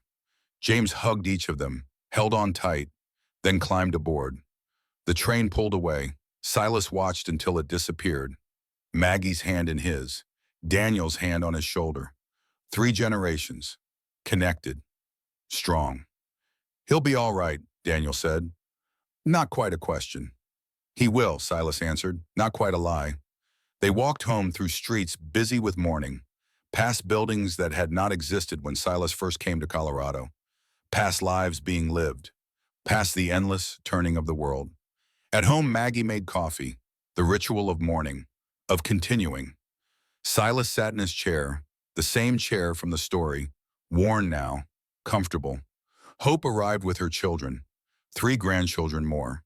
The house filled with noise, with life. And Silas watched them all. This family built from nothing, from choice and courage and stubborn refusal to surrender. People asked him sometimes what he was most proud of, expected him to say surviving the war, building the homestead, defeating Crow. But the truth was simpler. He was proud of this, of family, of people choosing to stand together, of love built not on blood or obligation, but on the simple decision to care, to stay, to fight for each other. That was legacy. That was what mattered. That was enough. The fire crackled, coffee brewed, voices filled the house with warmth, and Silas Blackwood, 80 years old, scarred and weathered and alive, smiled. The winter of 1878 had tried to kill him, had tried to kill them all, but they had survived, more than survived. They had thrived, and the family they built would outlast them all, would carry forward into the future, would remember. That was worth everything. That was worth living for.